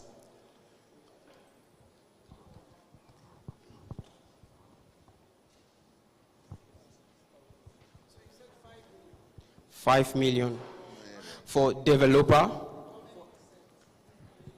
Okay, yeah, I haven't thought about it for now. Yes. Thank you. Again, this is a clear need, a clear problem you're solving. The only red flags that jump out a bit is when I hear things like we need someone to develop it. Because the other question is, what is your expertise and why are you the person to do it? If you need someone to develop. If you need someone to develop, is the person already on the team or you're looking to hire someone? At this stage, it will be key to get a co-founder who is strong in that side of things. So usually when starting a business, there are 3 key people that are important. That's what they call the hipster, the hacker, and the hustler. The hipster is the product person, the hacker is the tech person, the hustler is the salesperson. So most times a co-founding team is made up of 3 people that cover these things. So if all that is covered, we have that down. But if you don't have someone to create the app, for those of us that have been in the space for a little while, that's the biggest problem. And we know how developers, pardon my saying, are like tailors. It's very difficult to get them to deliver on time, to do what you need. So if that's who you are depending on, first of all, the first 5 million will first of all go, and you won't have anything at all. All right. So it's key to search out a technical co-founder who will be with you on this journey, who will be able to structure that side of things so that the money doesn't go away to people that will be working in 5 places and then you will be the 4th person they are doing, spending your money on other things. The idea is good, but the thing is, the person to develop the app should not be just an employee. Work on getting a co-founder with the same passion that you have. Thank you very much. Thank you.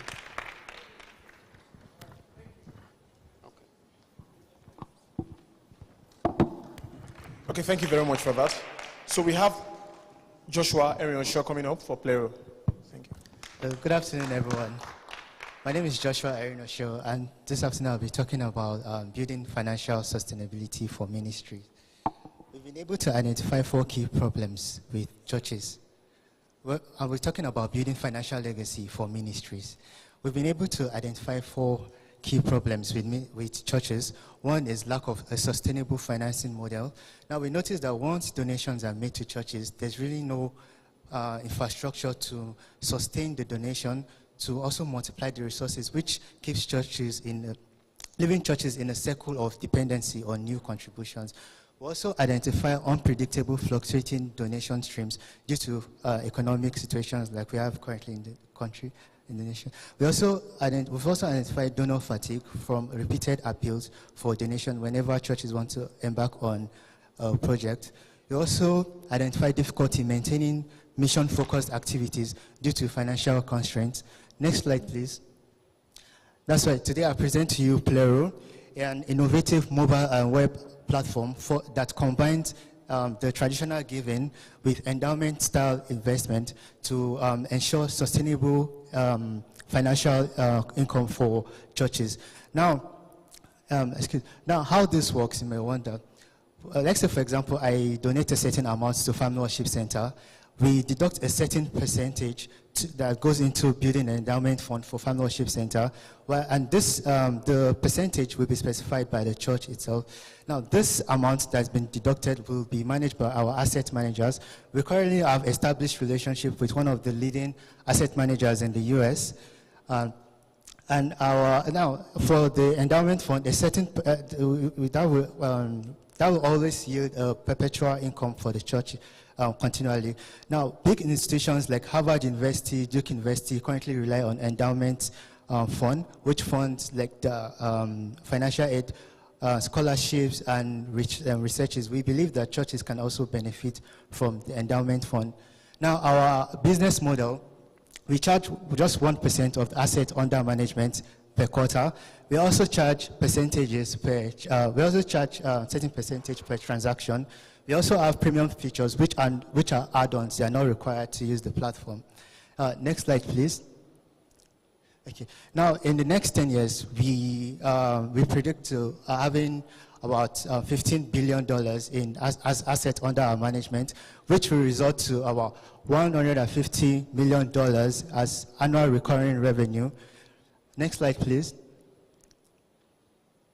Okay, the gap. You might wonder, why do you need Plero when we have platforms like Givelify, Planning Center, GoFundMe, where people can make donations to churches? Now, the core issue is that these platforms are for making donations.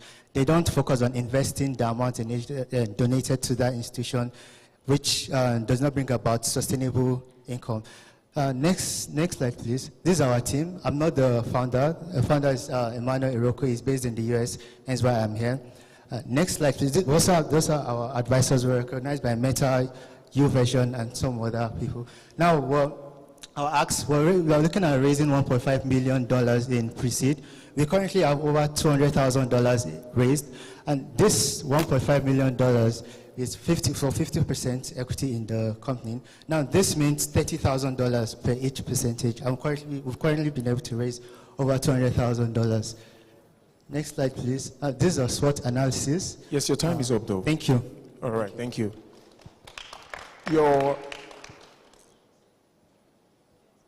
You okay? No worry.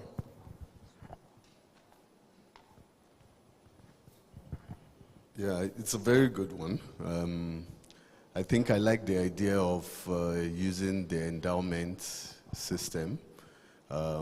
Most people in businesses don't think of that as a form of investment, and I think that's a good one.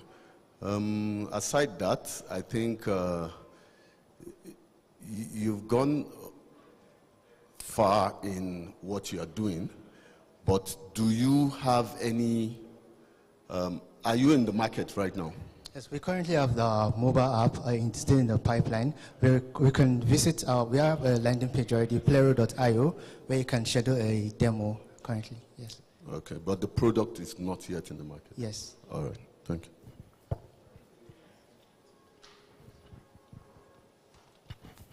Yes, so it's a wonderful idea.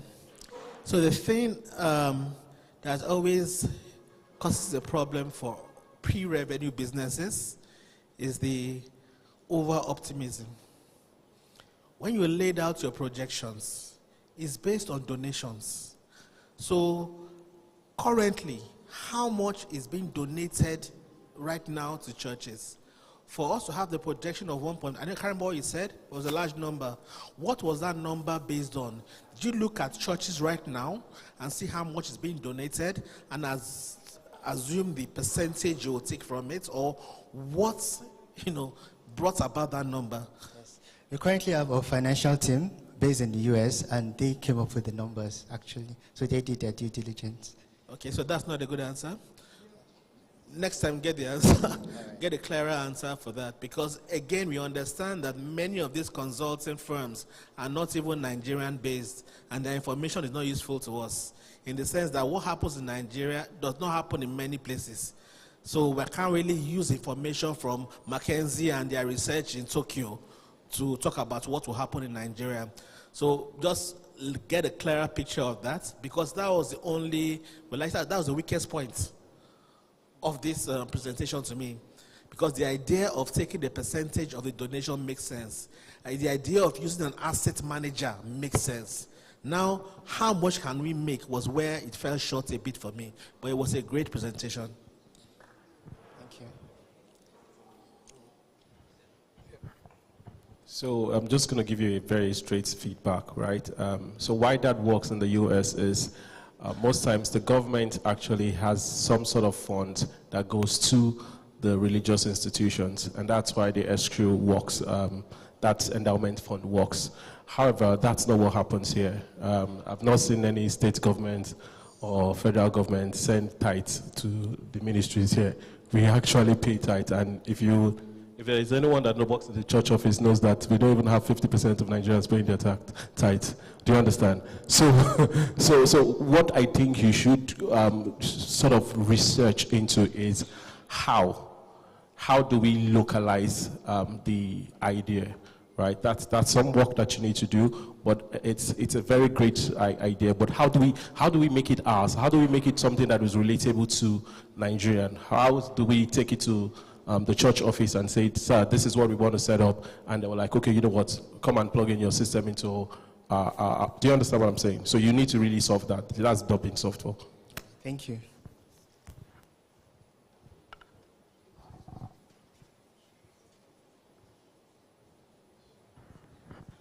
Okay, so I work in church.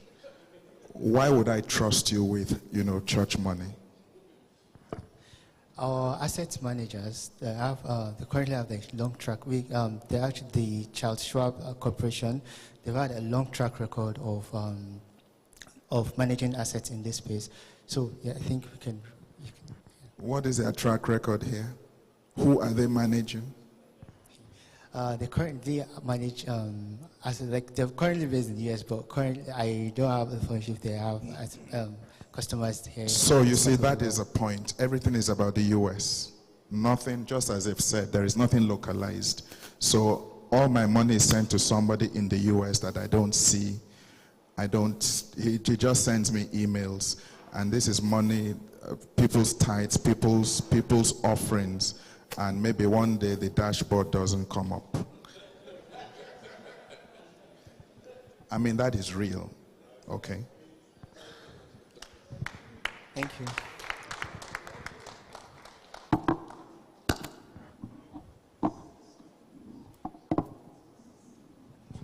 Okay, so while we were having, thank you very much let's put your hands together for him again. While the pitch was ongoing, we had someone very powerful walking. She's called the superwoman behind ARM Investments. Let's put our hands together for Mrs. Kai Oga, the managing director, ARM Investments.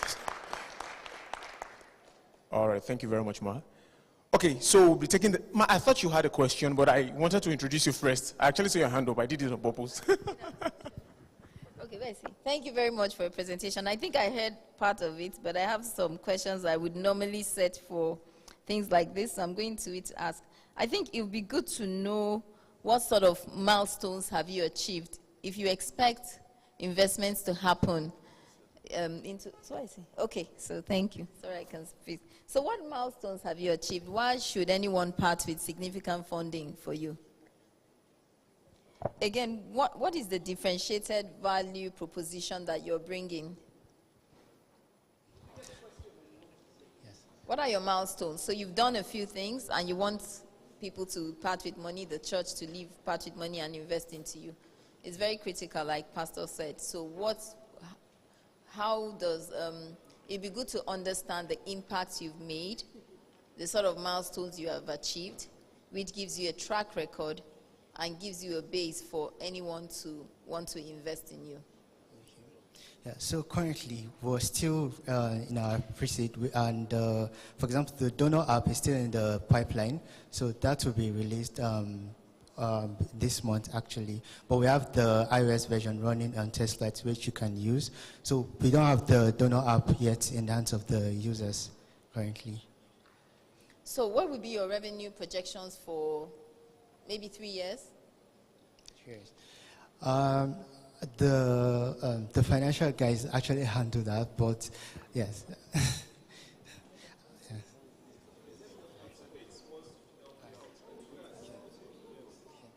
So he can join him. He's supporting team. Are you alone doing this in Nigeria? I'm the one of representing the team here. Okay. All right, thank you. So the model is kind of like tailored towards, we're not asking for the entirety of church money. So the concept is to take a particular percentage out of church donations or whatever fundraisers are done by the church, maybe for carrying out building projects or expeditions, and then we take a percentage of that and use it in a way where we can always generate revenue for the church. So we provide not just a one-time value in terms of the donations provided, but more about value spread over a long period of time. And then we always provide this income to the church. Yeah. Okay, I think you really need to think about this. There are asset management companies that have been doing this for many years, even in Nigeria. You've done this in foreign jurisdictions. So what would be the unique selling point or point of differentiation for you? Why should the church, even if they were doing a typical vanilla investment in a bank, why should they, what's the value? Why would they leave what they're doing today and take a risk on you to invest? Yeah, so like he said, this pattern of investment in terms of endowment funds for church is something that has not actually been done by the churches. And the reason why we're trying to push into more of the African ecosystem is because the church is a very large part of the African ecosystem, and it's a very huge market in terms of these financial investments. So we're looking to provide this value. So this is a new market space for us. So we're looking to provide this value to these churches here and organizations here. So in terms of past track record, like you mentioned, we have in other jurisdictions, but here this is why we're pitching the presentation. Were you giving the churches offshore what sort of returns? That's why I said, what's your unique, what's different from doing a normal vanilla investment and coming to your platform? It has to be something more attractive. And this is just feedback. If you even walked into any space trying to get people or asking me to bring donors to you, the first thing I'd ask is, what exactly are you doing that's different? What is the value? What is going to be different, again, from what you've pitched? So it has to be tangible. All right, understood. Thank you very much. Thank you.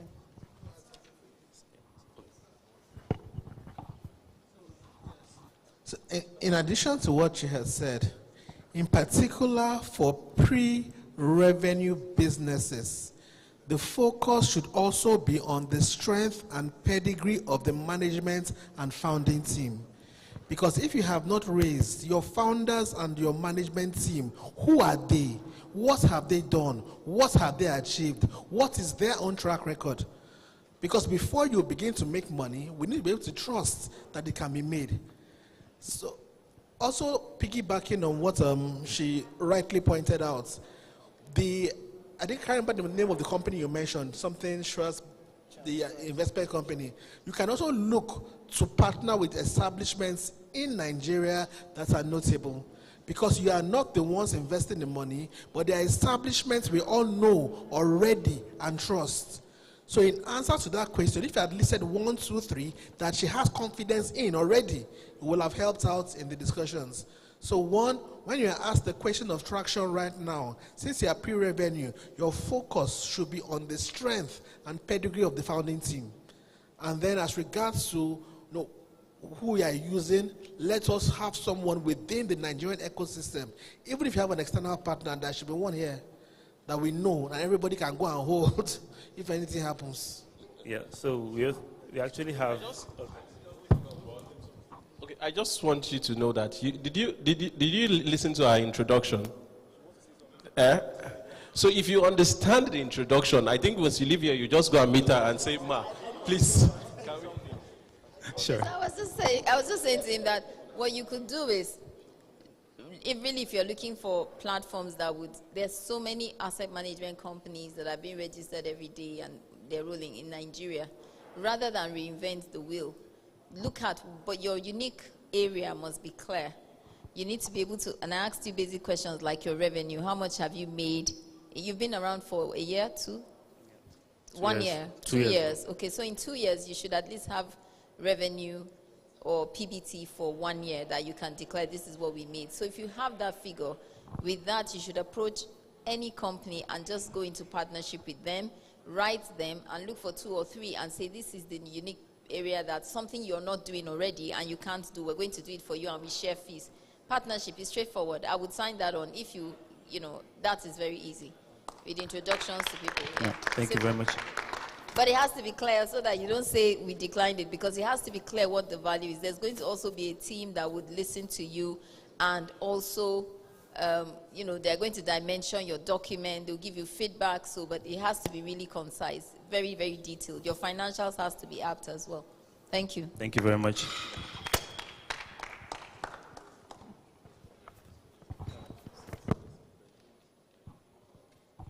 Thank you very much. So it's going on well, a beautiful session. However, we are running out of time and we have 5 more to go.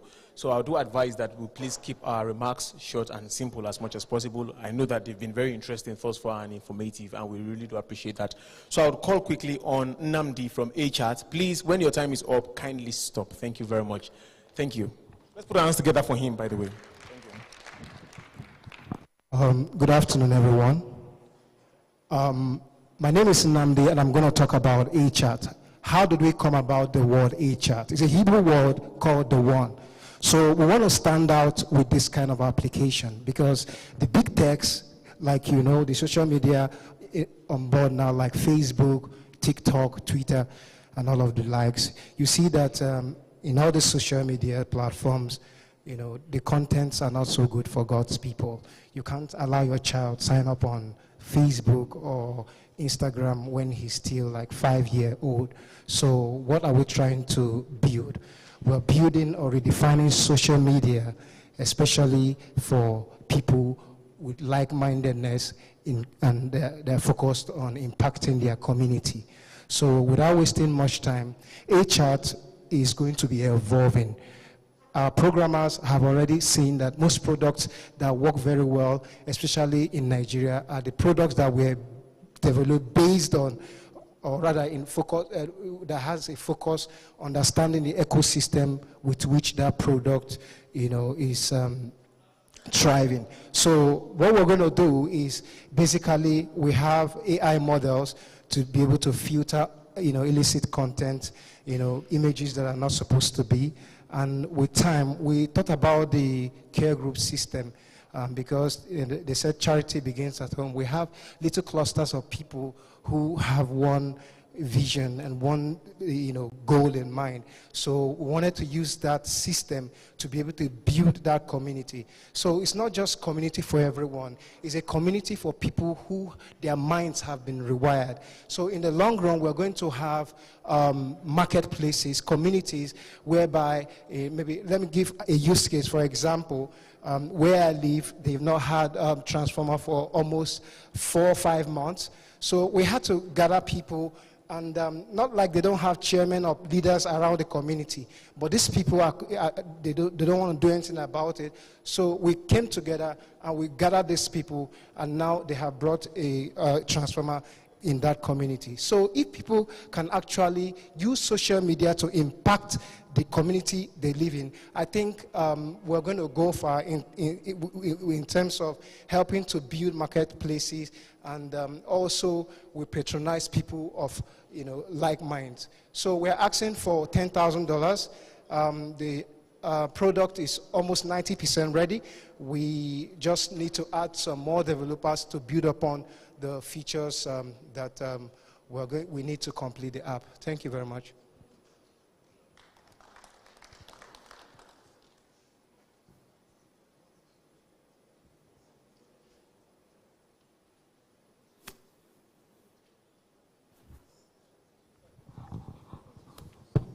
So thank you.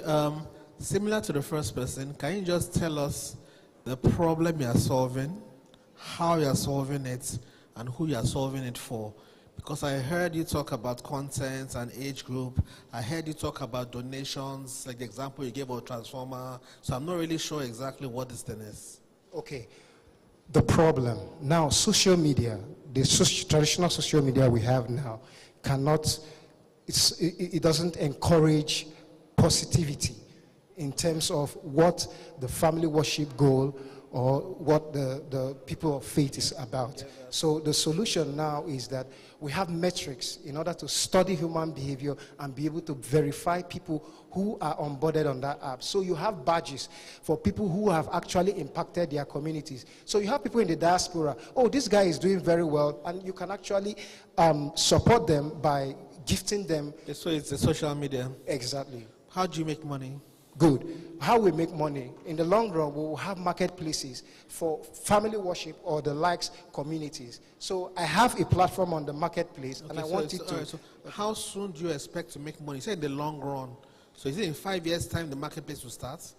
It's a very wonderful day. In a year, if all we need is the numbers, if we get people to, you know, engage in the app, that's it. We'll start making money because they will want to sell their products and also have people coming. So you need 10,000 to get more developers. Is it that the ones you have don't have the skill required, or it will take them longer if these new ones don't come on board? Okay, so the reason why we need more developers is that currently it's still in the monolithic, you know, stage. So we need to expand so that we can handle a lot of requests. So if the current ones keep on doing it, is it that it will just take them a long time? Can the current ones keep on doing it? Yeah, sure. It's almost complete, like 90% complete. And we're going to demo the app after the hackathon. Okay, and then the equity, how much are you giving for 10%? $10,000, 15%. 15.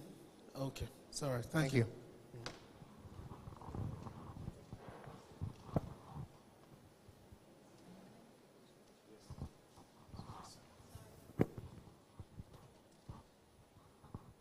just hope I've not come to intrude in this. Okay, so the feature or the value proposition is very vague.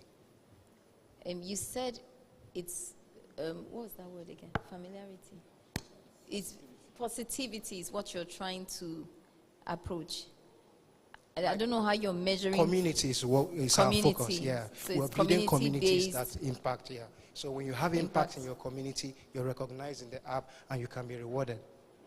So what would be the features of this build? Like, what would be the features that would enable a community or people to be attracted to the community? I think those features have to be really succinct. It has to be really tangible. Yes, there are points. There are reward points. People are going to be rewarded points. We have people like custodians who are going to start it. Like I said, charity begins at home. Every family worship care center has a system that works. And they have people who they know as their regulars. So imagine all of these people come together on the app and they're interacting on the app. It's going to go, you know. Okay, thank you.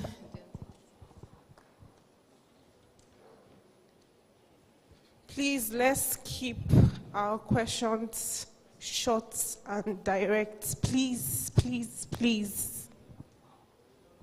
Okay, sorry, I just wanted to ask something based off of the question that you were asked just now. You said you need 10,000 for, your app is monolithic right now, and you need to just expand basically when we want to scale. But currently we can even start up now. Okay, so the 10,000 is when you scale after launch, or is it now you need it before launch? After launch, we need that money to scale. You know, after launch. Exactly. Okay, that's just what I wanted to be sure of. Thank you very much. Okay, you're very well. Thank you very much. Let's put our hands together for him as he goes back to his seat.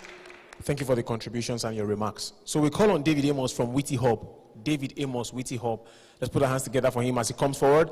Remember, 3 minutes for your pitch and 2 minutes for remarks and contributions. Thank you very much.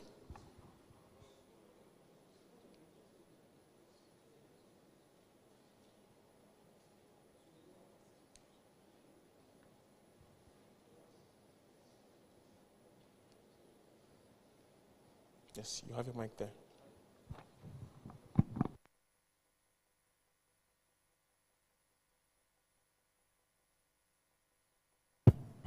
Good day, everyone. I'm David Amos, the team lead of Witty Hub. So Witty Hub, we're actually a platform of problem solving. We aim to revolutionize technology in Africa and to make a difference in the world. All right, next slide, please. All right, a honor to be in the presence of kings and a shout out to the King of Kings himself. So thank you so much. Next slide, please.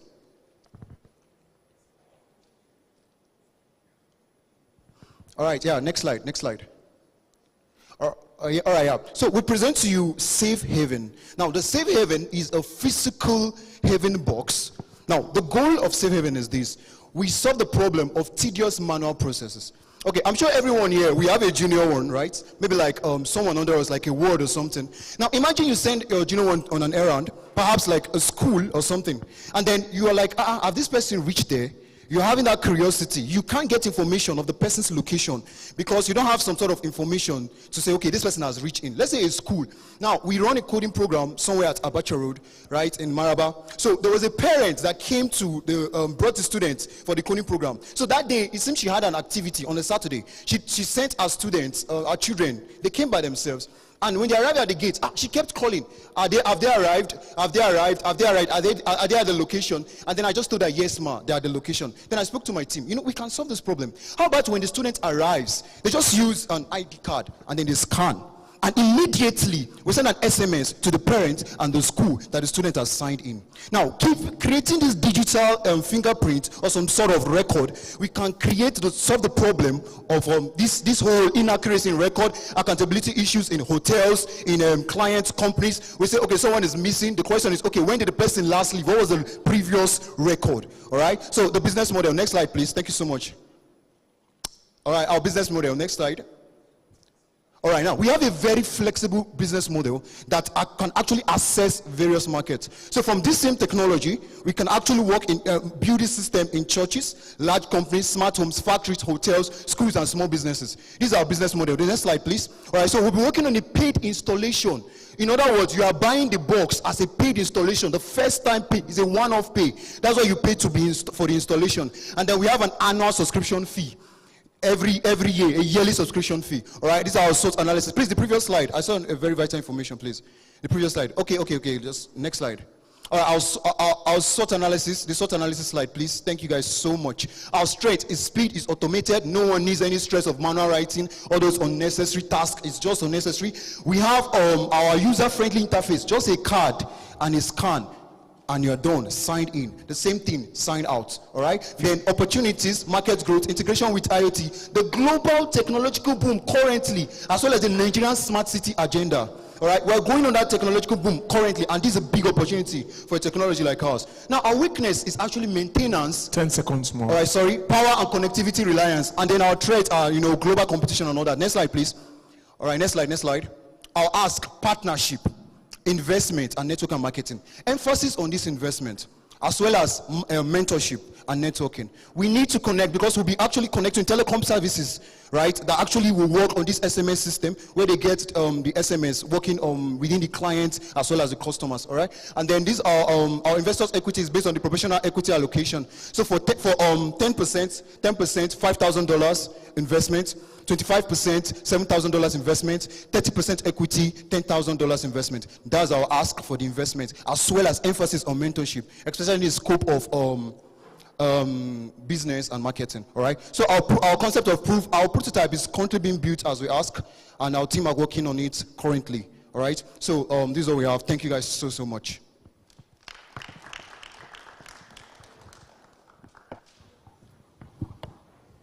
So will you be working with a very good presentation, by the way? So. Thanks so much. And it's a good idea. But would you be working with hardware? Yes, we'll be working with electronics, precisely microcontrollers. All right, because we'll be using electromagnetic scan.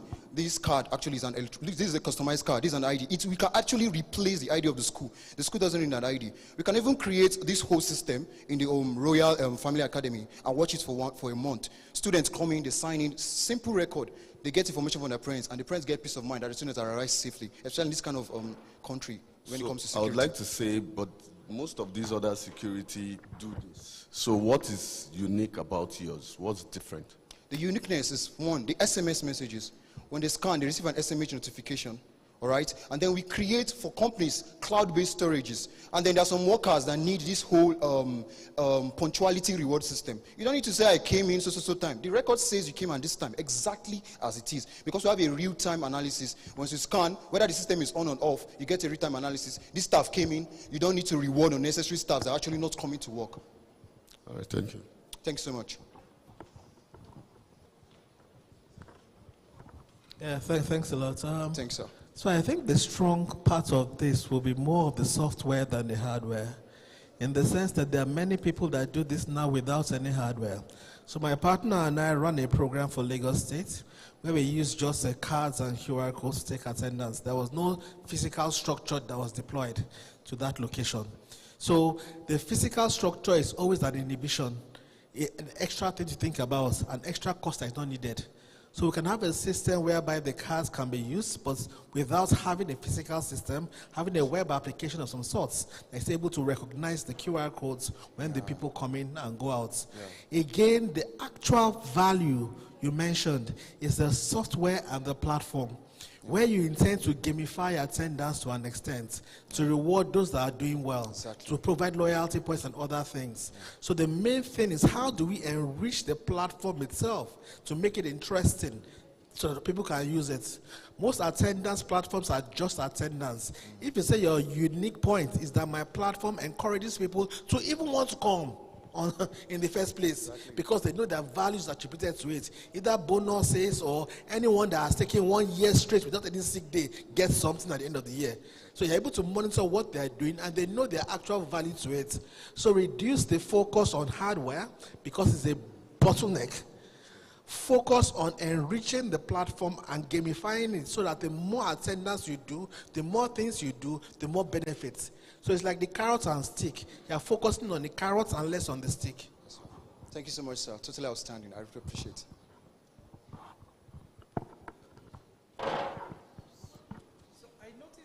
Sorry, I noticed you came with a robot, and we were interested in that, but you didn't show that. Is there a reason? Not really. There's no reason. You know, when we discussed, we said we had two products. No problem. No problem. Thanks so much. Yes. Thank you. Quick one. Beautiful presentation. What do you intend to do, or how do you intend to distribute the funding, given what he explained? Yeah. He did break down for you different components of the app, of what you're trying to build. So how would you use the funding? I mean, now we've gotten a very brilliant idea from Sarah right here. We'll actually work on more emphasis on the software, like I said. Now, the base of the funding will be going to the software development, obviously, and then the reward system.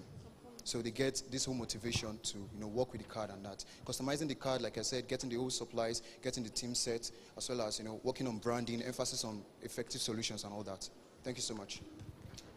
Thank you, Robert. Let's put our hands together for him. Thank you so much. Thank you. So quickly, we call on SafeCheck. Prosper from SafeCheck. You're here. Okay, let's put our hands together for Prosper as he steps to the podium. Thank you.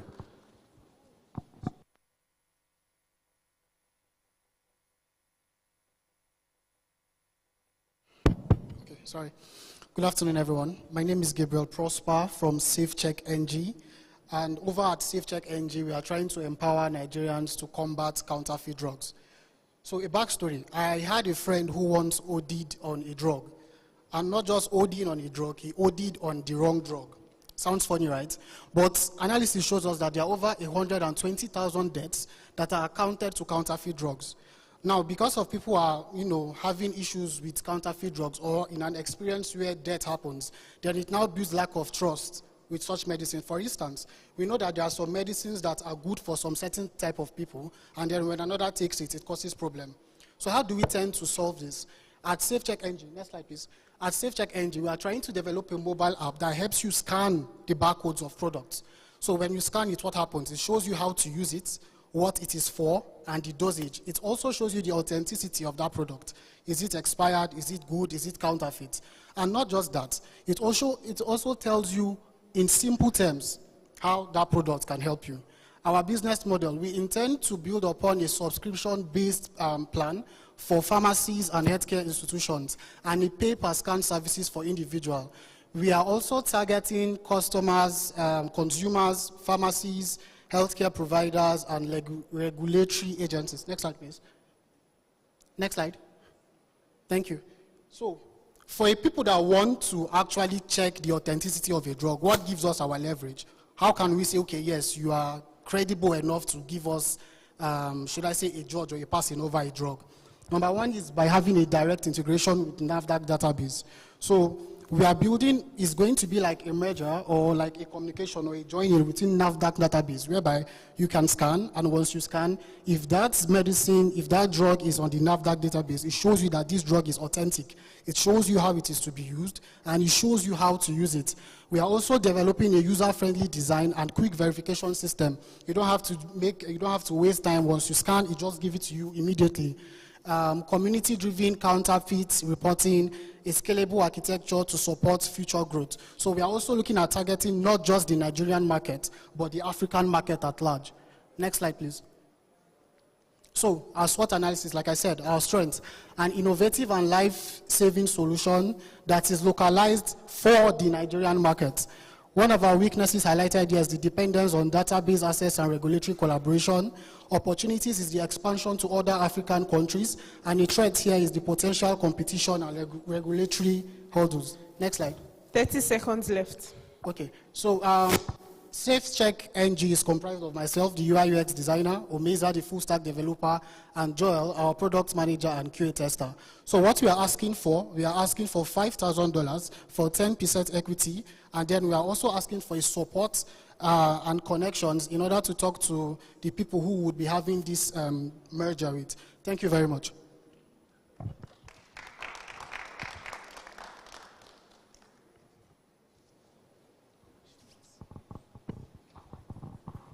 Well done, SafeCheck. NG. Okay. We know that there are existing products on the market currently. So what is different with your product? What innovation are you bringing? Okay, so with existing products, you would find out that most of them leverage on the USSD method. So you would have to use, send a code, and then you have to wait for the code to come back to you before you know if this drug is authentic or not. But at SafeCheck NG, we are leveraging a scanning system where you can scan, and not just checking the authenticity of the product, it also shows you how that product is to be used.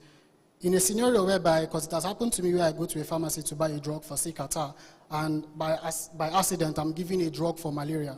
So by scanning that QR code, it shows me what my drug is for the drug in hand, what it is for, how it is to be used. So thereby, you are not even overdosing on a wrong drug, and you are not overdosing in the normal dosage system. So I would say one of the key difference with what we are trying to do and what is out there is not just showing you the authenticity of the product, but also showing you how that product is to be used and what it is used for. Thank you. Okay, thank you. Okay, so interestingly, many times it's good to look at what others have done, see the mistakes they made, and then build on it. So have you heard of Check It technology? Check technology. Check It. Check It. No, sir. Yeah, it's exactly what they do. But they realized something early. The focus of the payer is not the customer, because customers will not pay for this. A customer trusts the drugs he buys depending on the pharmacy he buys from and the trust of the pharmacy. So many times you realize all those things are there, but nobody scratches them because I trust the pharmacy. So what they focused on was focusing on inputting their device or their systems into the manufacturing side. So they partnered the manufacturing companies to have it in the drug from that process. So the manufacturing companies can boldly say, if you want to confirm, do this. But nobody will pay you money regularly just to confirm the drug from their own money. Where they're going already will help out with that. So I think we can assess that, take a look at Check It, and try and follow their path on what they have done. They've done exactly what you're doing, but they've started by focusing on customer, which you are saying. But as a medical person also, I've been practicing for over 2 decades. I know customers trust the doctor and the pharmacy. They don't themselves go and verify the drugs. All right, thank you very much. So I just want to add a little to that, because I had that same feedback, Check It. But I think you have something there, and that is the way it should be, the drug should be used and things like that. But like Dr. Abi has said, working with putting that your own barcode from the producer's place means that if I scan it, I'm doing what you want me to do. So I think there's a way there. Thank you very much.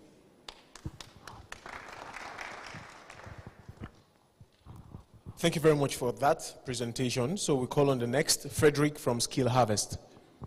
Let's put our hands together for Frederick as he goes to the podium. Thank you.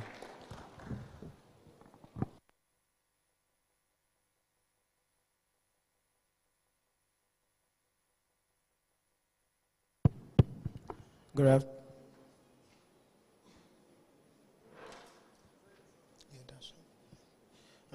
afternoon, everyone. My name is Frederick, and I'm with Scale Harvest. We are here to present a product which is at ideation level. The name is Water Meat. It's a product intended to bring back the old days. Now, what do I mean by that? I am talking about the barter system. Now, we feel technology has totally cancelled out the barter system, but the truth is, in this age and time, you still find people, especially artisans and product people, who have a service that they have, but they are in need of another service, but they don't have a means to get to it. An example is, you see, if you work with artisans, or you know a lot of artisans, some of them, they have jobs that are periodic. They might have a job today, get rich today, and in the next 3 weeks, they don't have any job and they are just totally stuck. So we are looking at a situation where you can use what you have to get what you want, or use what you have to exchange with someone who has a need for something you have. An example, if I'm farming a product, I have a farm 1 hectare of cassava, but then I can harvest it all and then eat that alone. If someone else has something like, let's say beans, for example, we can have an exchange and then we have a point. The application is intending to have a point where you find an adequate and accurate, a fair measurement for what you have, so you can exchange with someone who has something else that you need, and then you guys can exchange it. It's also not limited to just produce alone. We said skills. You can have, I have a sink, a broken sink in my house, and I want it fixed, but there's this guy there who probably need food, who probably need the kind of thing I do, and then we can meet on the app and exchange our ideas. Now we have for profitability. In the profitability aspect, we have the freemium and the premium. The freemium is, the app is not free, and then we are charging something really small. For now, it's not casted in stone, but it's 100 naira for every month. 100 naira seems like a little money to anyone, but Nigeria has a population of over 200 million, and just having 20% of that population times 100 naira gives you a lot. And then those who are on subscription, the charges for it is 1,000 naira. And then if you do that by however number of people who are subscribed to that, in terms of adverts, getting their product out to more people, you find out that the platform profits. Thank you. The platform profits, and the people who are paying for this service do not feel anything is leaving their pockets. 100, 1,000 might just look like a small money, but you look at 200,000 people paying 100 naira every month, and that's a lot of money for you as an investor. And then equity I ask is 56 million. Why does it seem so big? Because we need to have center points where these exchanges are done, because you can't trust people to just exchange things in order. We try to verify, and for now, as we are just starting new, we don't intend to build all of these facilities everywhere. We have people who, like a care group or any other trusted places, your village chief or whoever, who can serve as a point where you can do your exchange. Thank you very much.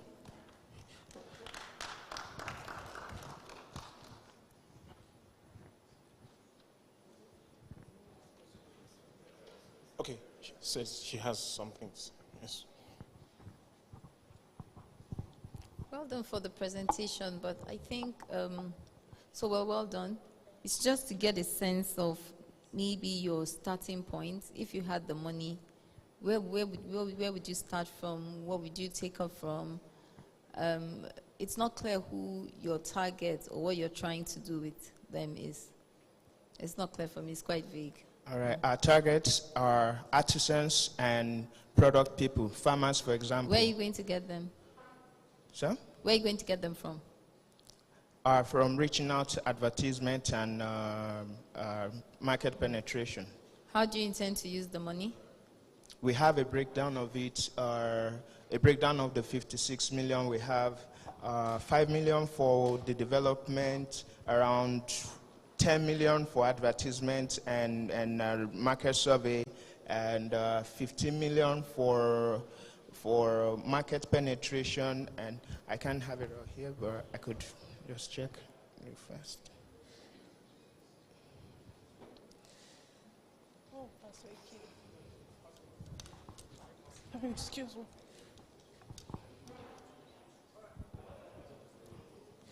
Okay, 5 million for the platform development, the operational cost, which is the staffing, the legal and compliance. 15 million, that's a summary of the aggregate. Then the marketing and outreach, we have it, a dedicated 20 million, community engagement 15, digital marketing 5 million, and the overhead of 50 million. Yes, sir. Okay, so I'm just looking at the problem it is actually trying to solve. It is, it is trying to remove the need for money, as it were. Yeah, exactly. So I am just wondering, so how do the two parties agree on value? What does my plumbing, what's the value of my plumbing against the cassava that you have? So how many plumbing jobs do I need to do for you to buy a bag of cassava? So how do you place value on product or service or different products? That's why we said we have points that are going to be established for where these evaluations are going to be done. For example, the weight of beans and rice, for example, are not same. So it is the duty of the meeting points that we are going to establish, not necessarily built from scratch, that we are going to be established to help them come to an agreement on how the exchange will be. Sir, I think you are still at the ideation, as you said. Yes, sir. You need to keep on ideating, because what you've said so far is not at a level whereby anything can be done, really. So that's why I don't want to ask questions or say anything, because there's really nothing concrete to hold on to. Yes, and sir. I like the fact you started with where the ideation, so I can't Yes, sir. hold you to ransom in any way. Yes, Keep on sir. ideating. You Yes, haven't got to the point yet where you do anything with it. All right, so thank you very much, sir. All right, please. We're far. So this was 12, and then this is almost this past 3. So we just have. We've been begging and pleading for just the 3 people, but it has to be 2 minutes, fast, please, because we have the main thing we're here for is the hackathon, and we've pushed the timing. So please just bear with us, but go straight to the point, please. Okay, so this is Augustine from FeedTech. I think it's just right. Let's clap for him. I mean, we've been clapping for every other person. Thank you. Thank you. Thank you. Good afternoon. Let me go straight to the point because of time. We live in a world where, from Global Index, that 1 out of 5 are faced with mental health.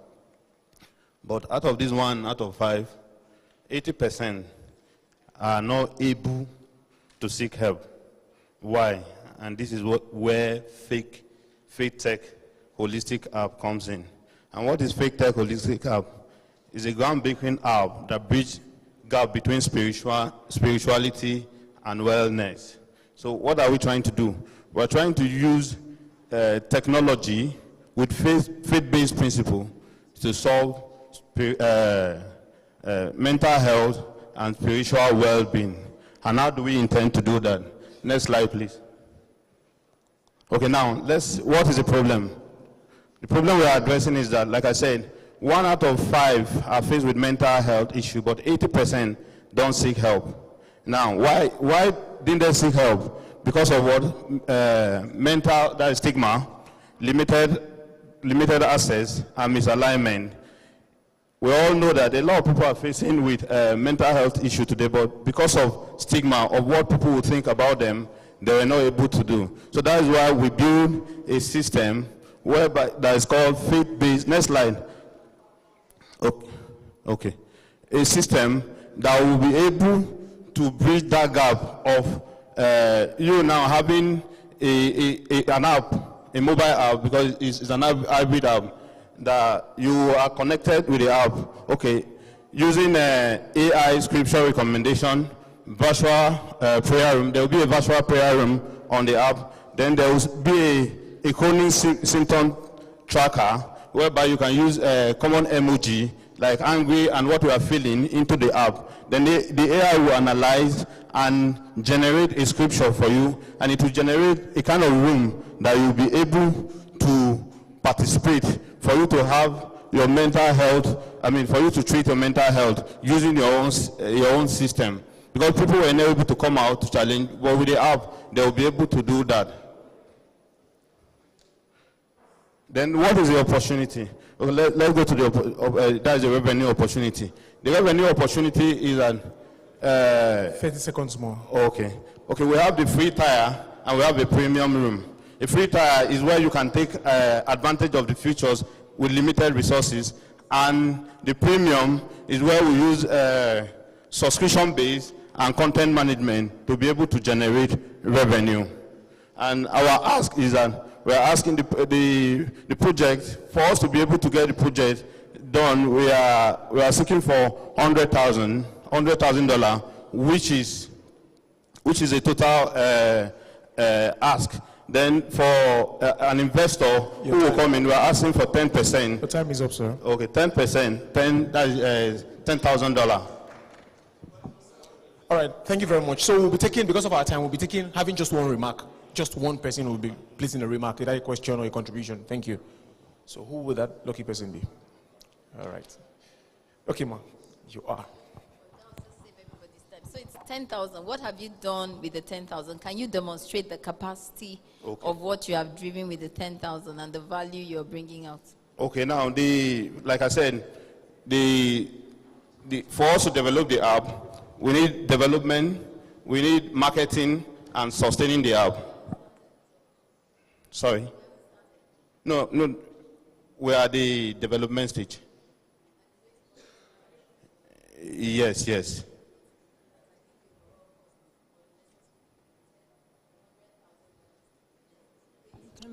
Because we put we are using a cloud-based system, and we have run our analysis, our marketing. All right. Thank you very much. Okay, so next on the list, and that's last but one, World Light, Kevin Hart. Let's put our hands together for him. Thank you.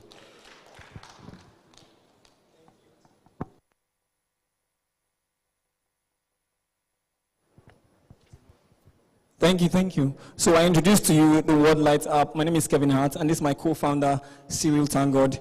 So next slide. We built an app for Family Worship Center. When I was in DTS, I was the DTS captain, whatever, the class monitor. So I was my responsibility to share tips to everybody on WhatsApp, and I kept having issues. People kept calling me, but we built an app that on our platform you can get DTS messages. That's there. All the DTS messages are in the app, and you can access it, and you can have membership messages. I love Pastor Yuna because of what Mr. Bob Manuel was talking to me about him, and it was so unfortunate I couldn't meet him. But on the app, I can get all Pastor Yuna's messages and listen to him. Maybe I can get a feel of his personality because he's a person of excellence. Next slide. Yeah, this is the main framework. So we also have what we call the locator. With our app, you can locate all the 147 Family Worship Center branches in Nigeria, and you can locate our care group systems. So with an app, you can locate a care group in Zamfara State or in Abuja, and our app is already up and ready. Next slide. We have a marketplace because the Jewish people always buy from themselves, so their money moves within themselves before it gets out of the Jewish hand. So a marketplace is where you can see other family worship members that are professionals in different things. So if you come to a marketplace, if you need an app developer or a banana seller that is from Family Worship Center, you can just go to the app and you tell you this app developer is from Abuja Family Worship Center and that. So the next slide. So now the next slide is the prayer room. So we got something called the ICU. In 2018, precisely, one of my favorite musicians, his name is Avicii, he died. 1 minute more.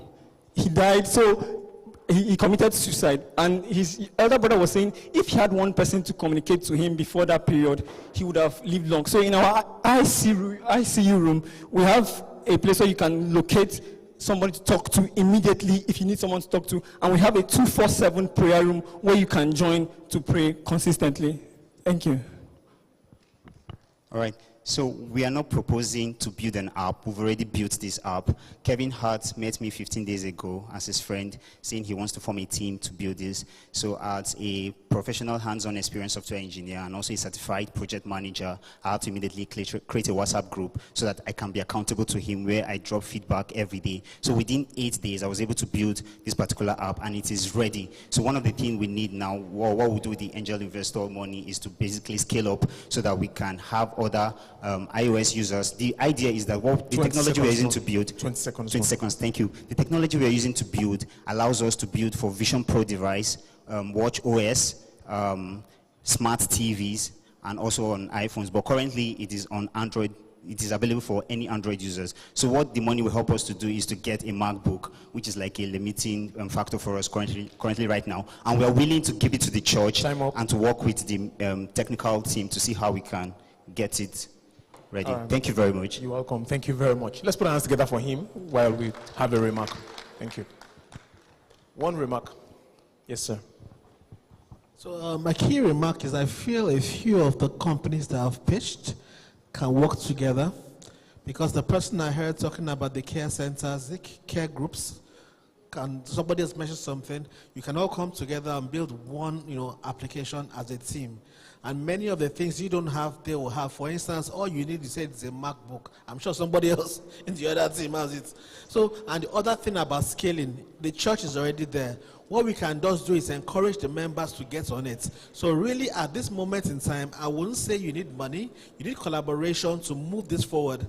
Talk to your other companies or the other businesses. Focus on the church activities. Come together and build a strong app that you realize you can bootstrap and do a lot with a little. Thank you very much, sir. We're open for collaborations. Thank you, sir. All right, thank you very much. Thank you very much, Ivan. So the last person on the list, who is not the least, obviously, is Richard James, Safe Commute.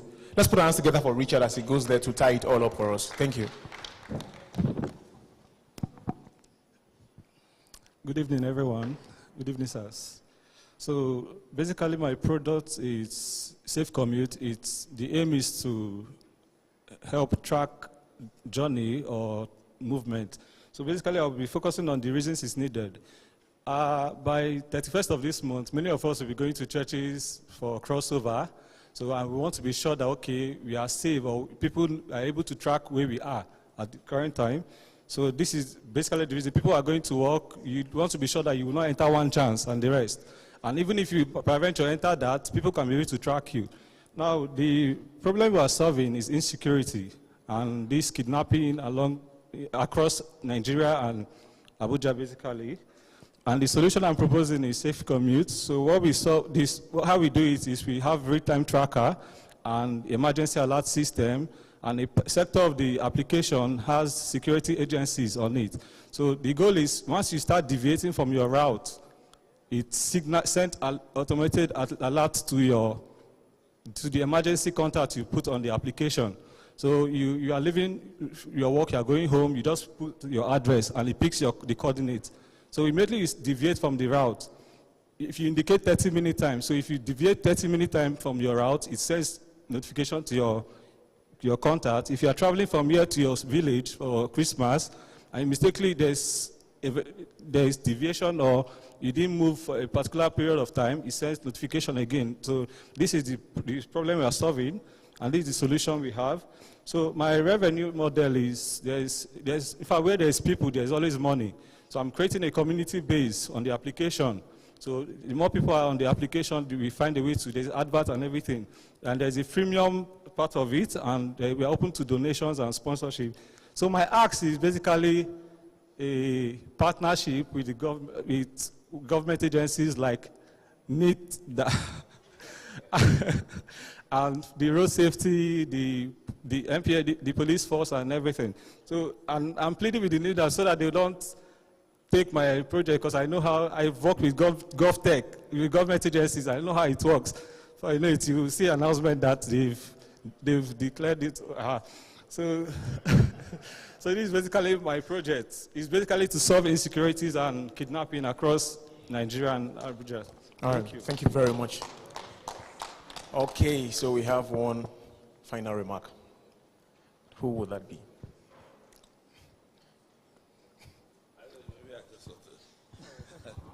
I just want to maybe make a general comment, not unnecessary about this. First of all, in terms of saying it's your project, that's what we're just whispering now. If you listen to a good number of the presentations and pitches, and we have this opportunity to learn, and I'm glad that we have subject matter experts who are able to guide us. Until you begin to start talking about something or thinking through it, you never really know. You think it's idea. You think it's genius. You understand? You think it's genius. One of the things I think we could all learn from is you're pitching something. Two things will lead you to not do your research. Either you didn't do your research well to know that things like that already exist. Plenty. Okay? Or you think the people you're going to pitch to know nothing. You know, there are two extremes of, and this is the age of the democratization of knowledge. If I take my phone now, a couple of the things that have been pitched, if I just check on my phone, it already exists. So you see the point I made about techies living in this narrow bubble. So I forever have this back and forth. We're talking family now about techies and engineers. Whereas technology drives the advancement of human civilization, but there is a thinking that will generate the need, that will generate the need for the technology that is required. And you must challenge yourself to think in that realm. Because you know what they call an echo chamber? You are just hearing yourself. You are just hearing yourself. But it's our first outing, and maybe a couple of, this was not supposed to take more than an hour. I just thought that we brought you in for a hackathon, but I understand from the selection process, and I wasn't part of it at all, so excuse my ignorance, this is just an idiot's intervention. So I thought what you were working on now, and a number of you said you're working on this, you're working on that. I said, okay, in that case, let's have a window of time to listen to what you're working on, so that can we give value? And I promise that then we'll provide access to people who can invest in, if you have something really interesting. Otherwise, we brought you for a hackathon, for which we are offering something, okay? So I said, come for something, there's something on offer. Now, but since you say you had something, I said, okay, bring it on. You have to be bringing your A game on. You have to be bringing your A game on. Okay, so this is not about you, generally. You have to be bringing something that is out of this world. So, again, the point I made about, you know, the way you think this idea is genius. I'm glad we have this opportunity. You've got the stage. You know, as you say in Hausa, you say you can ride the horse, Gafili Gaduki. This space, this is the horse. Ride it, let's see. So I'm hoping that as you take part in the hackathon, we would have your creative juices will flow more. I'm hoping that the feedback from our subject matter experts, our mentors, will help you to think outside the box. I like the fact that you're thinking of solutions to issues within church, and that's great. And perhaps a couple of them are related. You can see even in here, we've got 2 or 3 related ideas, meaning you're not even talking to yourselves, you just assume. So it's good. So in that context, we're serving a purpose, we know what we're working on, we know what the issues are, and I'm glad they were thinking of those challenges. But we also want you to think about more compelling, I talked about challenge of connectivity while I was airborne. It was somebody's idea that, come on, you're going to be on a flight for 8 hours. You might have need. They started from satellite phones. And then people started thinking of how, and then carrying capabilities for internet. So I want to believe that the techies within our church space are not just local champions. That's the point I'm making. We need to stretch our thinking. We need to stretch our mind. Those are my initial comments for now. Thank you very much, sir, for that. So I hand over the mic to Malcolm. Great. Thank you very much. Thank you very much. Round of applause for yourselves, please, please. You're not clapping. Are you that tired? Round of applause. Round of applause. Thank you so much, especially to the investors. Some are actually judges, and they've been watching you. So from your presentation tomorrow and after the hackathon, we'll know whether you learned something. Thank you so much, sirs. Thank you so much for making it. God bless you all. But something that my principal wanted me to mention. You came on stage and you said you came for a hackathon, which is the next event, the main thing that you have to put all your energy, resource, thinking, capacity. But you were here saying you need developers. You were confusing everybody. So who are you? And then where? So because the actual hackathon, you've all been given the challenge. Have you all been grouped? Please respond. Have you all been grouped? It's great. So you've been given a challenge. So the people looking for developers, what are you doing here? But I know that we've done our processes and you've provided the actual hackers that are going to be here. Right? Because that's what I told my boss. Right? Good. So the energy that you were putting here, put it there. Because the $3,000, $1,005, and $500 is tied to that hackathon. Understood? So people who have listened to your pitch, investors are here, and any interest, you definitely be called. Great work, well done. And we've come to the end of this segment. Please, let's have a round of applause for everyone. So we'll call on Uncle Yomi to close for us.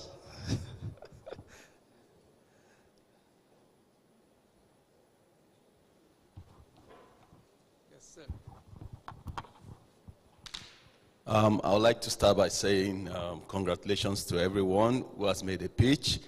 Just keep your mind open, and like he has said, the game starts now.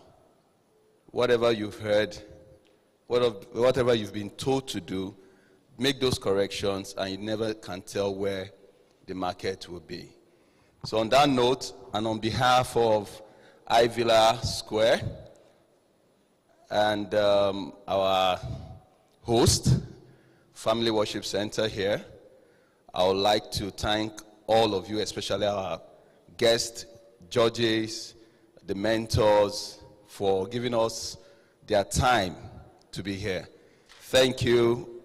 And I think lunch is served.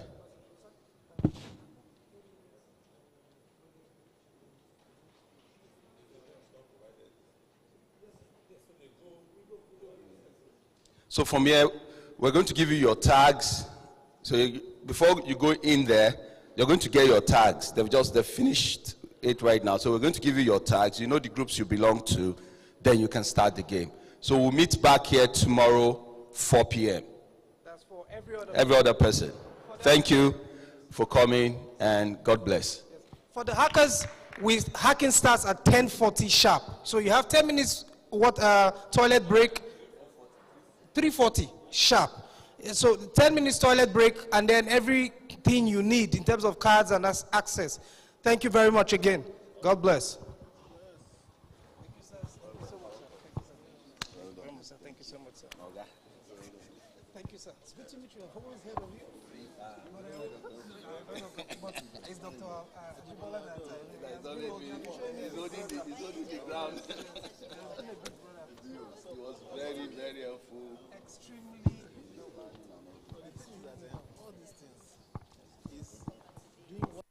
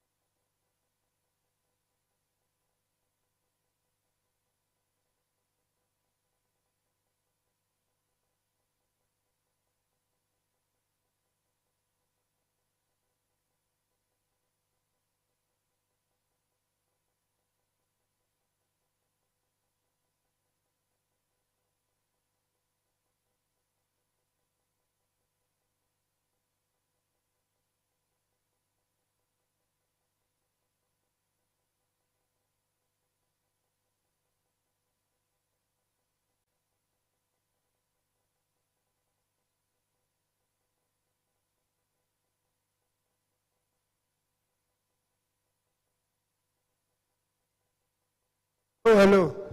Sorry, my mentors, our judges, our investors. Please, guys, hackers, everybody, we need to leave the hall. Please, hackers, we need to leave the hall. Hackers, we need to leave the hall, please.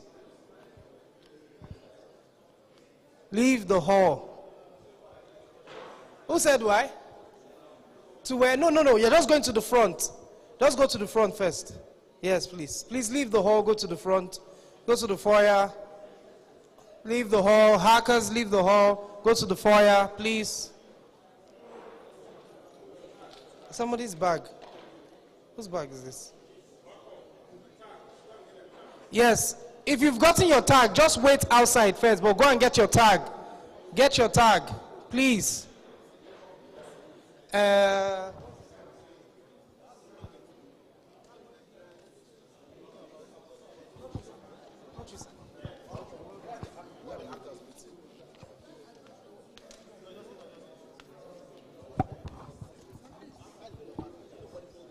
Lekon, please, where are you? Lekon.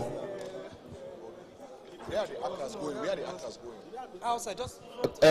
Hackers, please go outside. Please, we need to vacate the hall now. Please, we need to vacate the hall now. Please, we are shutting down this place now. Please, our mentors, our mommies, our daddies, hackers, well-wishers, friends, please, we need to vacate the hall now. Please, we need to vacate the hall now. Please, let us start going. Hackers, please stay on the right side of the hall.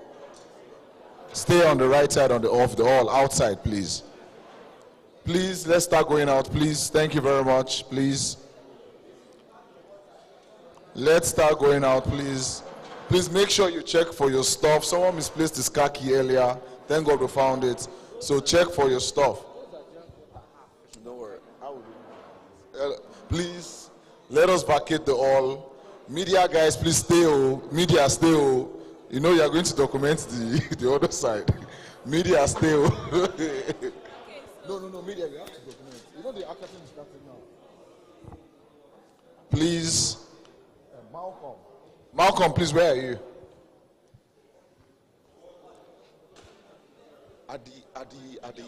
Sorry.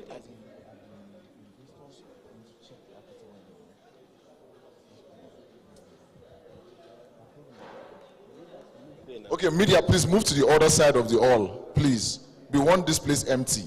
Media, please move to the other side of the hall, please. Media, please move to the other side of the hall. You go and wait outside.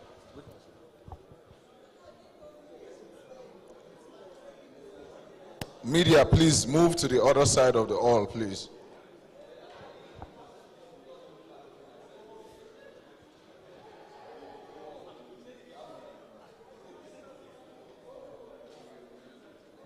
Media, please move to the other side of the hall.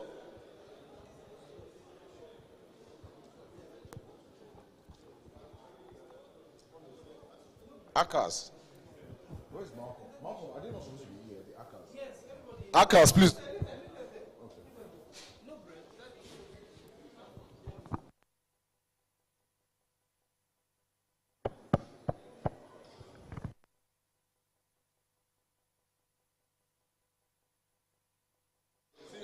Malcolm, okay. Yeah, is the one. There's the list. The list of lists. Where? I'm not the one with